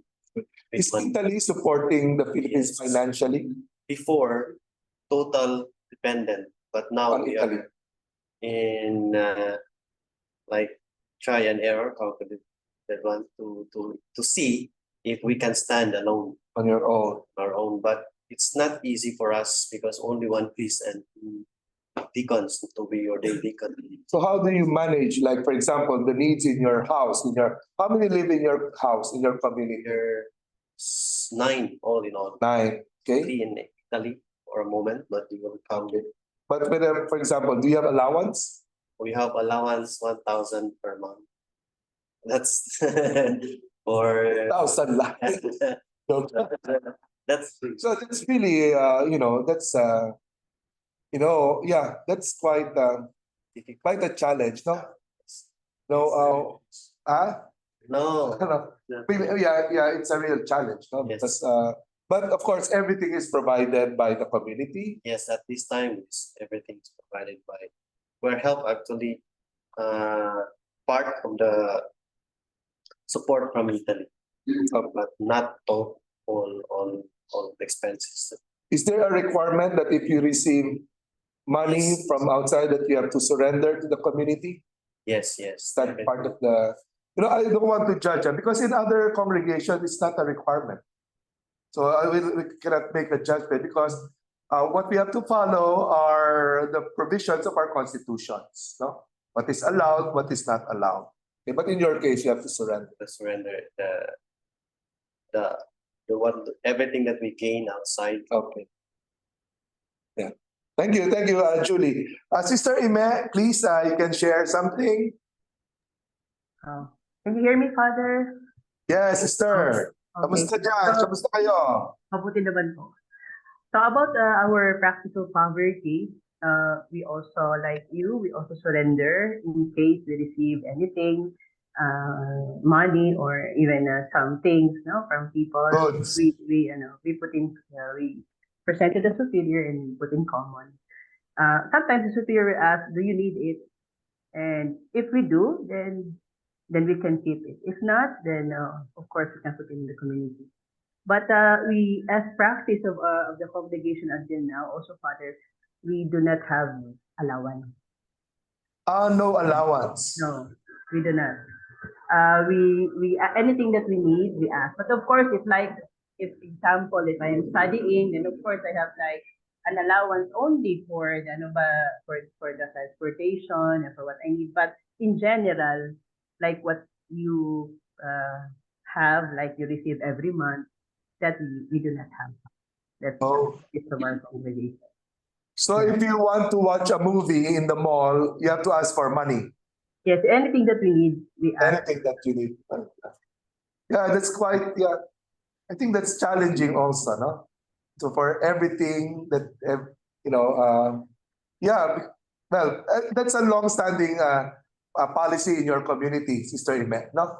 Yes, Father. So Until now. you're quite used to that. Yes, Father. Yeah. Sister Liselda. Yes, Father. For us, we practice poverty this way, like yours. We surrender also everything and anything we receive, whether it be in kind or in cash, it belongs to the community. But if we have this new, before if it is 5,000 below, it belongs to the community. But now, if it is 10,000 below, belongs to the community, and up 10,000 up, it belongs to the province already. Okay, So yes. we have to surrender that to the province. And then we don't have any allowance also, like the congregation of Sister Eme. But we can ask whatever if we did something. But of course, at the end, whatever it is we ask from the bursar, we have to account at the end, Father, whether 10 pesos or 1 peso it is, we really have to give the receipt also of that amount we asked. Okay. Like that. Yeah. Yep. Yeah. So that's yeah, very good. There's a lady here who's raising her hand. Do you have a vow of poverty, Christine? You don't have. No, You have the vow of property. but I Yeah, you want to say something? Yeah, I just want to say you were saying that have you heard about if you want to get rich, If you want to get rich, be a priest. be a priest. Yeah. Okay. Be a priest, especially in China, even though in Shanghai. If Okay. you be a priest, you are very rich. Really, huh? Yeah. Yeah, let's go to Shanghai. Joke only. So everything we Yeah, own back. a lot. Yeah. Yeah. So when you say every month you get this thousand, then you calculate they got next income. Yeah, and the others they all get the money from us. We have to. You have We to. have no choice. The Catholics. Yeah, because when they do something, we every day for the anoint the sick. Oh wow. Everything you're gonna. It's like commerce, no? It's like business, Chinese business. You get Yeah, a Chinese. yeah. In the Philippines, we are trying to work out something. No, yeah, because of course, well, first of all, the parishes need to survive. No, and many of our parishes are well, we have very rich parishes around. No, especially in the big cities, but there are parishes that can barely survive. No, even in the cities because there are areas in the cities that are quite poor. No, so in the past, the finances of the parish are addressed by way of fundraising, but also what we call what is that called, Father Lawrence? No, some donations regarding celebration of mass and regarding celebration of marriage. But since the Second Plenary Council of the Philippines, the bishops of the Philippines have already set the direction, the ideal, I would say the ideal. That's what we call the arancel system, no, Father Lawrence? Yes, Father, our ancestors. Arancel, because these are donations. No, these are not payments for specific services of the church. These are considered as donations, but it's inevitable. Yes. Yes, yes. And the problem with that setup, arancel, is the association of money with the sacraments. So we have realized that. So now I don't know how widespread it is already, the removal, the abolition of the arancel system. So the bishops of the Philippines were asked, try to find other ways of having funds to maintain your apostolates and ministries apart from that arancel system. Some dioceses have started to implement what we call, well, it's tithing, no? Tithing, that families are supposed, to within their means to make certain donations to the church according to whatever percent of their income or whatever. I'm not sure how it is implemented actually in such a way that the parishes will not have to rely on donations for the celebration of the sacraments. Father Lawrence, in a way, is it being done in other dioceses that you know there in Quezon, or at least small steps, even if small steps? Father, we have what we call stewardship program already. And it has begun years ago, but then there are still loopholes in the program. We locally call it Balikhandog here in the Diocese of Camao. So Okay, that the is offering, the return yes. offering, yes. That would be a monthly, say, tithing of the people. But there is still a lot of catechesis to do because they do not really understand the spirituality behind it. And yeah, they're really into the money always. So and there's a big problem regarding maintaining the church need with regard to Balikhandog yet, or the stewardship program. In one word, in another word, it cannot still sustain the diocese if we're going to rely and change the arancel system just. Yes, yeah. You know, part of the thing there, I don't know how much, I don't know everything. It's just that partly it might be cultural also because many, they want a personal involvement. For example, they want a mass celebrated for the soul of the father or the soul of the mother. They want to give something.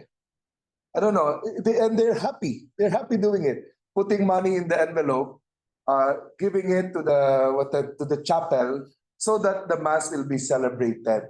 No, because they're giving something up from themselves so that something can be done. The mass will be celebrated for the departed. Without that, there's like it's like walang outlay, no? Walang commitment, as it were, on the part of the person requesting for the mass if they don't give money. And for them, it's not necessarily wrong. Yeah, so it's something, it's from their generosity. But the problem is the association with the sacrament, with the money. I give you, but they force you. Oh, that's the one that's wrong. They're forcing. You to give. Yeah, that's the one. That's. I'm still thinking of the vow of poverty and kind of know when they say like to respect the intention of the donor. Yes, the respect for the intention of the donor. Right. So you just to say that, which also has obligation. So when even during past vows, you don't receive any. All the gifts goes to the community. Okay. Anything that's the home mass, everything goes to the community. But here comes the respecting the intention of the donor. How do you practice that? Yeah. In this case, though, for example, somebody gave me a gift, 10,000 pesos. Father, that is for your apostolate among the poor people. Okay, that's the intention of the donor, or the apostolate for the people. I, as a religious doing that apostolate, I accept the money.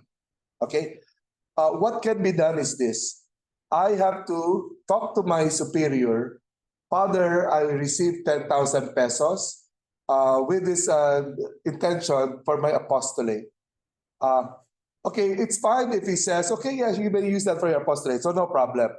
Now, the problem possibly arises if the superior says, no, that has to go to the community, to the house, no?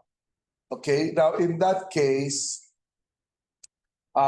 in everything, our policy regarding poverty should prevail, no?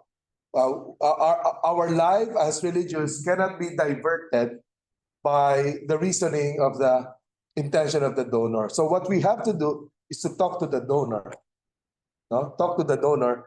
I'm sorry, I was told to surrender this. Is this okay? And if the donor says yes, then fine, goes the community. Probably what we can do is to tell the superior, can this be used for apostolic purposes? Yes, so but that's a case wherein there seems to be a conflict there. But we cannot disobey the superior. We cannot disobey the superior because of the fact that we receive money with a specific intention. So our vows should prevail in this regard. Because previous years there was one scholastic 50,000 pesos for people in the stars. So informed the superior, and the superior complained that the person is giving the vow of poverty. So when the superior intention is give it to the community, we decide what to do.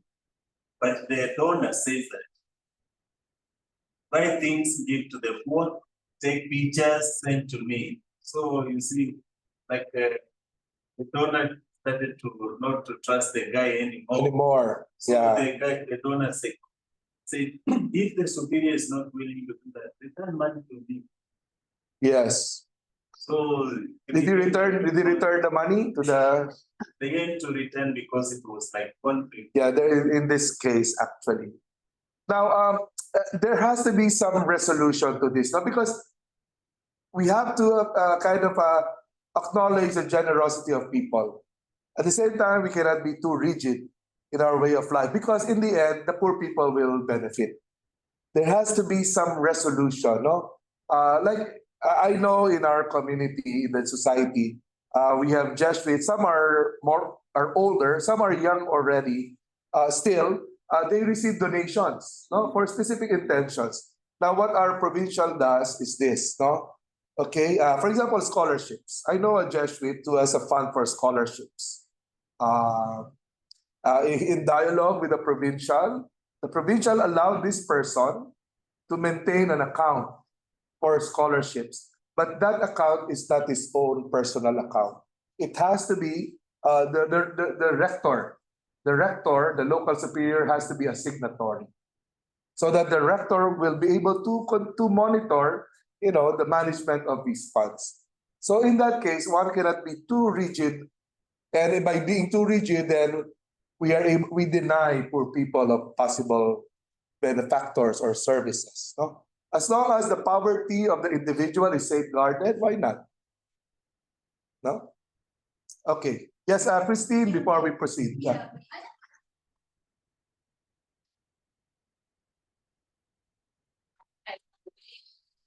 Even not me, others, but a lot of complaints from the lay people. They say the parish is the problem of and justice.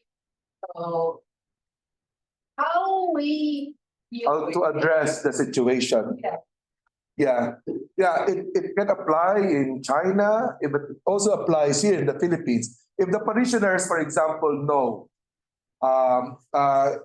or even companions in the congregation know that there's violation of the vows, no? I think silence will not help. Silence will not help. There has to be greater transparency in relation to the religious superior. In the context of a parish, for example, the parishioners will have to, without kind of disrespecting the parish priest, for example, it should out of concern, out of charity, the parishioners can act, but they have to go to the bishop. That's it. No. Yeah, that can be a problem if there are no levels of kind of authority.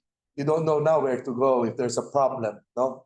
Yeah. So, but in the Philippines, that has to be done. And I know that some lay people have already made representation to the bishop because of certain problems that they experience with the parish priest. No?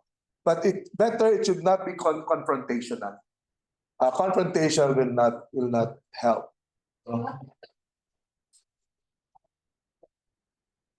Yes. In fact, we have the right, all of us, as long as we have enough information and verified information and data. I think every bishop should be happy that information reaches them. No? Okay, let's continue. No. Okay, Father Lawrence. Yes, please. Before we continue.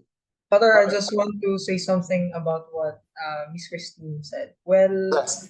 in our diocese, we have the Finance Council already, although some other dioceses also have that. That is Yes. the lay empowerment counterpart with regard to finances. That's why priests today does not have the control over financial matters already. We have put up lay counterparts that do the fundraising and other matters regarding finances. So rest assured, somehow we have mitigated or at least intervened regarding those matters. Yeah, that's a very good way. In fact, it's within canon law. Because in canon law, all parishes are required to have a finance council. And the finance council should have, we have authority to ask questions from the parish priest. And it's a way for transparency. So, and they are definitely, these are lay people who are members of this committee, finance council. And that's the way to mitigate or to avoid abuses of finances in the parish. Hopefully that can be done in China. I don't know when. Okay. Okay, let's continue now. Regarding it also involves, as we have been saying already, dependence and limitation in the use and the disposition of goods in accordance with each institute's own law. This is important. In accordance with each institute's own law. So we have to look at what our constitutions say. No, we don't have to follow what the other congregation is doing because we have our own. Okay, from Pope John Paul II, from his apostolic exhortation, the primary meaning of the vow of poverty, in fact, is to attest that God is the true wealth of the human heart. No, especially today, there's a great deal of temptation to acquire, material things. Well, this is not a secret. Many priests have new cars always. Some diocesan priests, and not all, because even religious, we are very limited by our capacity to buy our own car. We cannot buy our own car because we are religious, yeah, I don't want to talk about that too much, but I know that reality. The latest brand of the car, or the latest cell phone that should be acquired. There is a feeling that it should be acquired. I'm not generalizing, but there are many priests who are like that. iPhone, yes, yeah. Okay. Now, precisely for this reason, about God as the true wealth of the human heart, evangelical poverty forcefully challenges the idolatry of money, according to Pope John Paul II, making a prophetic appeal to society, which in so many parts of the developed world risks losing the sense of proportion and the very meaning of things. In other countries, I know in Europe, the priest has a salary from the state, from the government.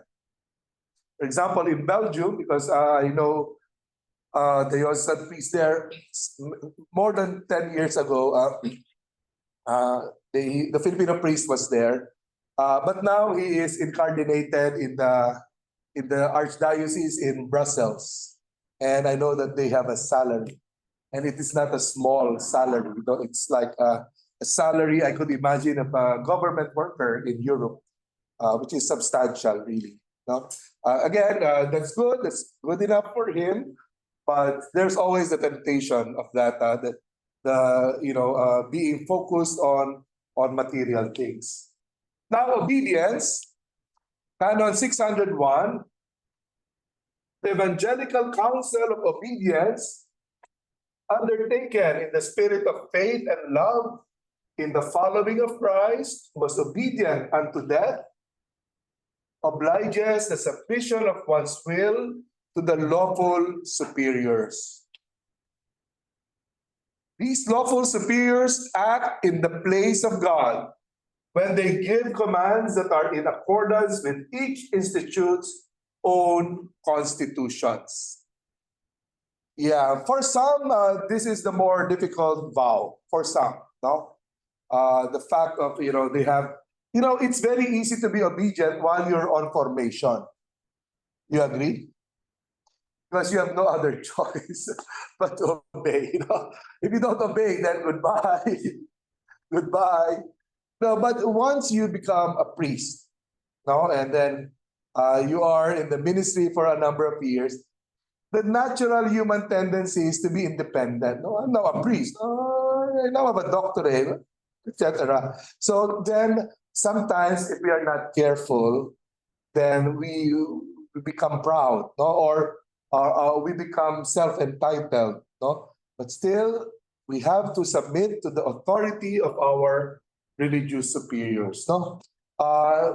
Even in the matter of permissions, no? The act of asking permission from our religious superior. Now, there are problems regarding obedience. No? Just an example, one religious congregation here in the Philippines of sisters. Of course, I will not mention which congregation. The provincial came to me, Father, we have a problem. Can I consult you as a canon lawyer? We have a problem because there is this sister who does not want to live with us. She is living alone. And she does not want to join our religious community. Father, what will I do? We have been reaching out to her, but she just wants to be on her own. I think the sister had some source of income because I think she was teaching or doing campus ministry somewhere. So there's income there. Now, definitely that is an act of disobedience. No? The sister has already asked her to come back to us, to our community. And that is quite serious for a religious, no? To disobey the religious superior, especially in terms of the obligation of living in a community. No? Then the real challenge of obedience is there. And then again, what is obedience for? It is for our mission.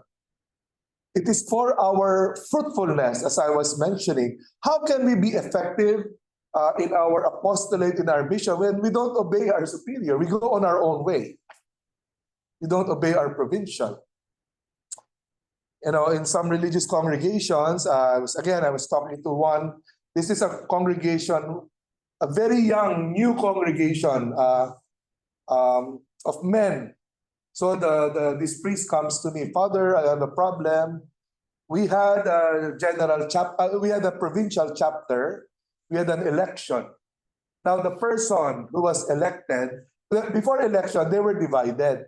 Because some were supporting this candidate, some were supporting this candidate. I think they were divided into two groups. Now the other group, their candidate became provincial, was elected. So now, Father, I'm thinking of leaving the congregation because I know what will happen.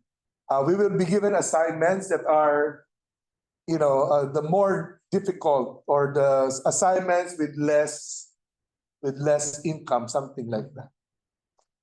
Now, how can that congregation fulfill its mission that was given to them by the church if they're all divided and when they're infighting? Is that a kind of a symbol or a sign of the world to come? It's not. It's a sign of the eternal damnation, whatever. That kind of a thing. No, that's why obedience is important. This will bring us together. No? In congregations where the vow of obedience is weak, there's always a danger of disintegration.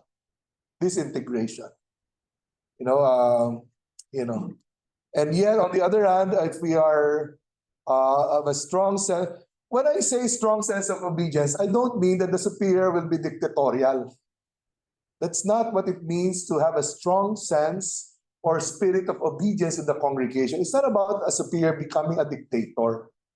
It's about each member of the community realizing the need for leadership, united leadership in the congregation. Again, that's something that we have to all learn among ourselves. Again, but the difficult issues have arisen from various congregations because of this problem. The splits of a group bolting away from the congregation. That's the most supreme act of disobedience.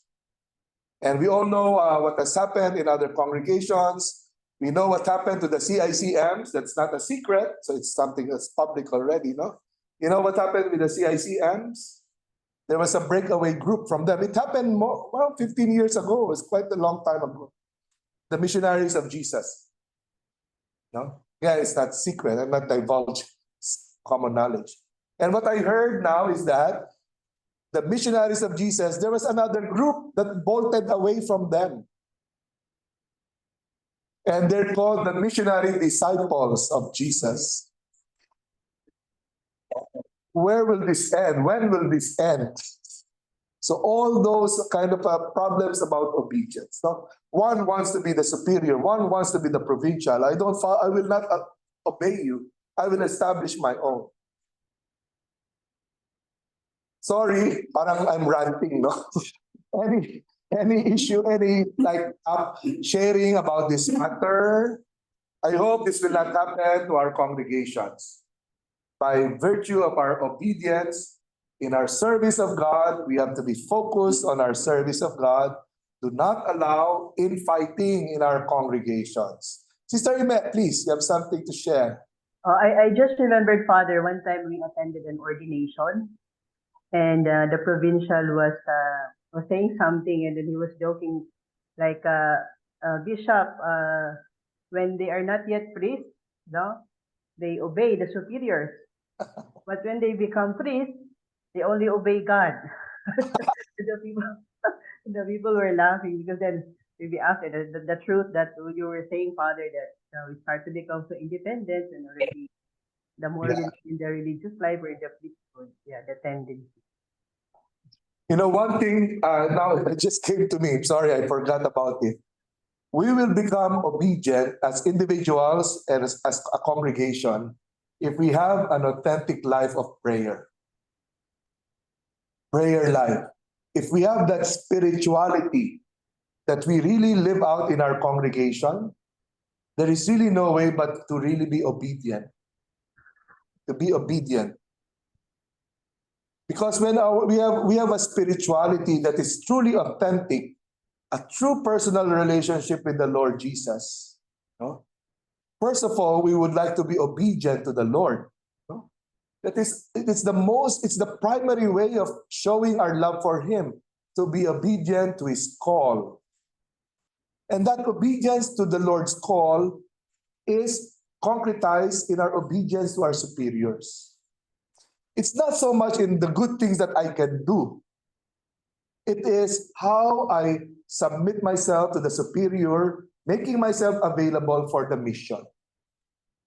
Now, if if our spirituality is weak, if our prayer life is weak, then the danger would really be, a disintegration or lack of a common vision within the congregation. So we will pray for each other, no? Because there are a lot of challenges, no, in our congregations, no. Okay. Other ideas? Any sharing? Okay. If not, then let's just yes, Christine. Yes. Sorry. Yeah. Okay. There's a question here. It's a good question. There are third orders, no. In the congregations. The first order usually are the priests, like the Franciscan priests. The second order would be the sisters established after the foundation of the priests. No? Usually one of the priests established a sister congregation with sisters. That's the second order. The third order would be the lay. Now the third order, although we use order, they are not members of the congregation. They are just affiliated or they share in the spirituality of the congregation. So because of that, they have no vow of obedience. Because only religious, only consecrated, whether they be religious congregations or secular institutes, only they have the vow of obedience. For them, the lay who are associated with the congregation, they don't have vow of obedience. They are not involved, but or promise, maybe a promise or a private profession. Yeah, they do that, but it is not a public vow. It is still a private vow. Because only religious institutes and secular institutes pronounce public vows of poverty, chastity, and obedience. Public means it is an officially recognized vow by the church. Now, even if you have many people in the place, but it is just like a promise that I will follow and I will live out in my life the spirituality of the congregation. It is still a private vow. Yes, Sister Liselda, you were raising your hand. Yes, Father, because you mentioned for us Franciscan, belong to the Franciscan family, we also have this third order. And Yes. for us, we belong, for the third order, we have this secular and regular. For us, consecrated priest, or we belong to the regular, third order regular, and we have the secular also in the family, Franciscan family. Okay, but they don't profess vows, no? Yeah, Father, they also have Okay.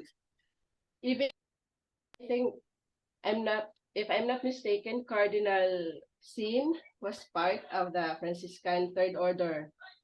Third order, Yes, secular, Father. a secular. Yep. Yeah, I know the Dominicans also have. The Dominicans have diocesan priests who are members of the, I don't know what they're called, the Confraternity of Saint Dominic or something.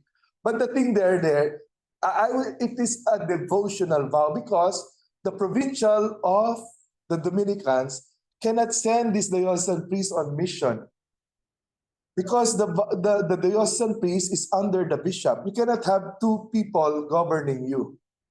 So that's it. So it is not a strictly speaking vow of obedience. The provincial superior of the Dominicans cannot send this priest. Okay, I send you to teach in UST, but he is under his bishop. Yeah, the diocesan priest is under the bishop exclusively. His vow of obedience is towards the bishop.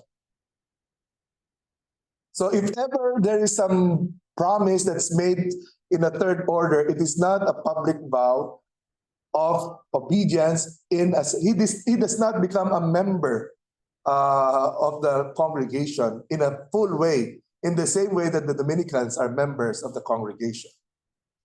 Okay, Sister Odisa, yes? Yes, Father. For us also, for the Augustinian order, the one in the first order are the priests, and in the second order are the nuns. So we belong, as Augustinian sisters, we belong to the third order po. But you are sisters. You should be second order. No, for us po, we have our nuns, the nuns. The contemplatives? Yes, the contemplatives. They belong to the second order. But for us active, we belong to the third order. Yeah, yes. But we do have the lay associates. Okay, as a third order, you were approved as a pontifical rite. Yes, okay? Father. And that's the reason why you have the three vows of poverty, chastity, and obedience. You are a religious institute. And that is why you have the public vows, the evangelical councils. Oh. Yes. Okay, so just to conclude our class, so some words from Pope John Paul II on obedience. Obedience, which is practiced in imitation of Christ, whose food was to do the Father's will, shows the liberating beauty of dependence, which is not servile, no, not servile, not a dependence like you are a servant, no, but filial. What is this filial dependence? Filial is the relationship between mother and child. Filial is the relationship between a father and his child. So our dependence on God is filial, that God is our Father. We are not the servants of the Father, we are his children, marred by a deep sense of responsibility and animated by mutual trust. That is what is not present in some relationships of superiors with their subjects, the lack of trust. And this obedience is two-way. It's two-way, no? Some people, they find it difficult to obey a superior, or some people find it difficult to open up their hearts to the superior because of certain behaviors of some superiors. No? Maybe some superiors do not trust their men or their women. So if and you can feel that, well, you can feel that when you are trusted. Well, if you are not trusted by your superior, so sometimes the reasoning is, what's the point of me opening myself up to him? He might even, or she might even do some kind of things against me if I open up myself to him or to her. So now again, the vow of obedience should be characterized by mutual trust, and mutual trust is earned. Just because you are a superior, your men and women will automatically trust you. No, it has to be earned. But before it is earned, superiors and provincials should appoint the right persons. No? You have to assign the right persons to have the capacity, first, to be a formator, who has the capacity, has the characteristics, has the human qualities and the human gifts to become a superior. So, there are many human qualities that we can see in a superior. So just before we conclude, just like I'll ask everyone, what are the human qualities that we need for a formator, but also for a superior? Okay? However you call the superior, you might call the superior as a servant leader, you might call him a coordinator, whatever word you use. But what are the most important characteristics that that person should have? Okay, each one of us, before we end our class, just one characteristic for each one. Okay, we have one already. Open-minded. Yes. That okay, first, open-minded. Sylvester, you say trustworthy. Trustworthy, the superior himself, the formator should be trustworthy, no? Okay. It's a listening heart. Not marites, no? According to Kakuko, not marites. Not chismosa. Sister Odisa said, It's a listening heart. a listening heart. A listening heart, no? A person whom you feel that is actually listening to you, no? Okay, authentically. A listening disposition. Another? Anyone else? Okay, we have one here. We'll finish first those in the classroom. Yes. The most characteristic for the formator, that is the ability, humble. Okay, humble. Okay, somebody who does not say, I know everything. I know better than you. Somebody who will admit that he or she made a mistake. I'm sorry, I was not aware of this. I'm sorry, I made a mistake. Humility, that's very important. Not all-knowing. Okay. Father, responsible. Okay, responsible. If he or she is given the task, he or she will perform it. Yes? Understanding. Okay? Understanding. And instead of judgmental. I suppose that's the kind of Try to listen. trying to listen to the subjects or to the people, no? Julie? Okay, yeah, of course. Somebody with integrity. Okay? Somebody with integrity. Somebody who, who tries his best to live out the obligations of religious life. I suppose. Integrity. Yeah, of course, patient. No, you cannot have a formator who is easily angry. No, otherwise, your people, your subjects will be afraid of you. Mood swings. Yeah, he has to be predictable. No? You cannot have a superior who's nice now, then later. So no mood swings. Okay, now others. Online. Discerning heart, Father. Who's speaking? Lizelda, Father. Lizelda, discerning heart. Okay, lalim nun ah. Discerning heart. Okay. Father Lawrence po, yes. honest po dapat. Sorry? Honest, Father. Honest. Okay. Honesty. The value of honesty. Okay. Yes. Others? Prayerful, Father. Who's speaking? Is that Daisy? Yes po. Prayerful, of course. Prayerful. Yes. Others? Father. Sorry, who's speaking? Marian. Sino daw? Who? Yan, Father. Sorry, I'm confused. Who's speaking? Isa-isa lang. Sister Ophelia, please. Yes. Yes, I think she's Marian, Father. Okay. Yes, Sister Marian, what were you saying? Marian po. The Violet? What? Marian po, Again. Father. Transparent. Transparent. Transparent. Transparent. Okay. Yeah. Thank you, Sister Marian. Sister Ophelia, you were. What do you think? I think meekness, Father. Meek. Yeah. Would that be humility also? Meekness. Yes, humility? yes. Meek and Okay. humble. Meek and- like the Sacred Heart. Okay. Humble. Yeah. Humility. Okay. Who else has not spoken?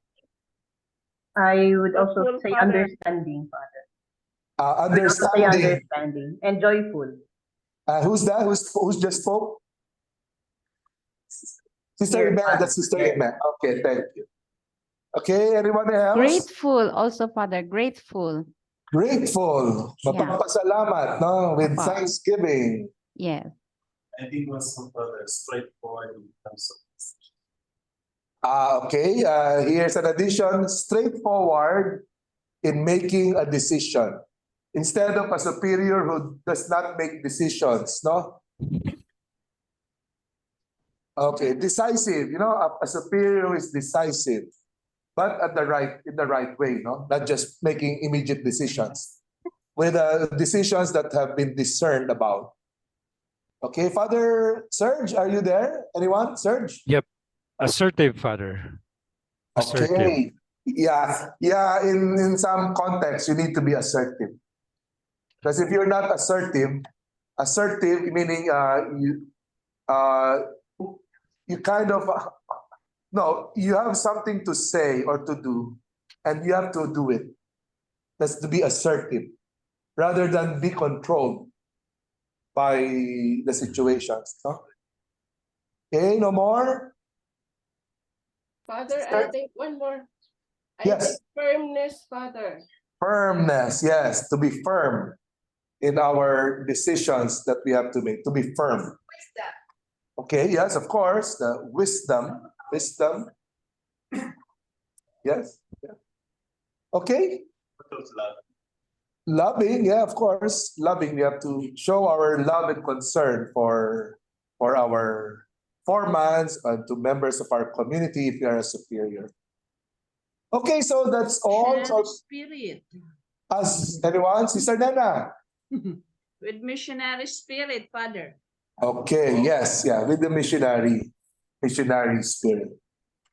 Okay, let's end our class here. It's already 5:52. So thank you so much for your sharing. We will continue our discussions on consecrated life in our next classes. And as we move towards Society of Apostolic Life and then towards the diocesan priesthood and diocesan formation.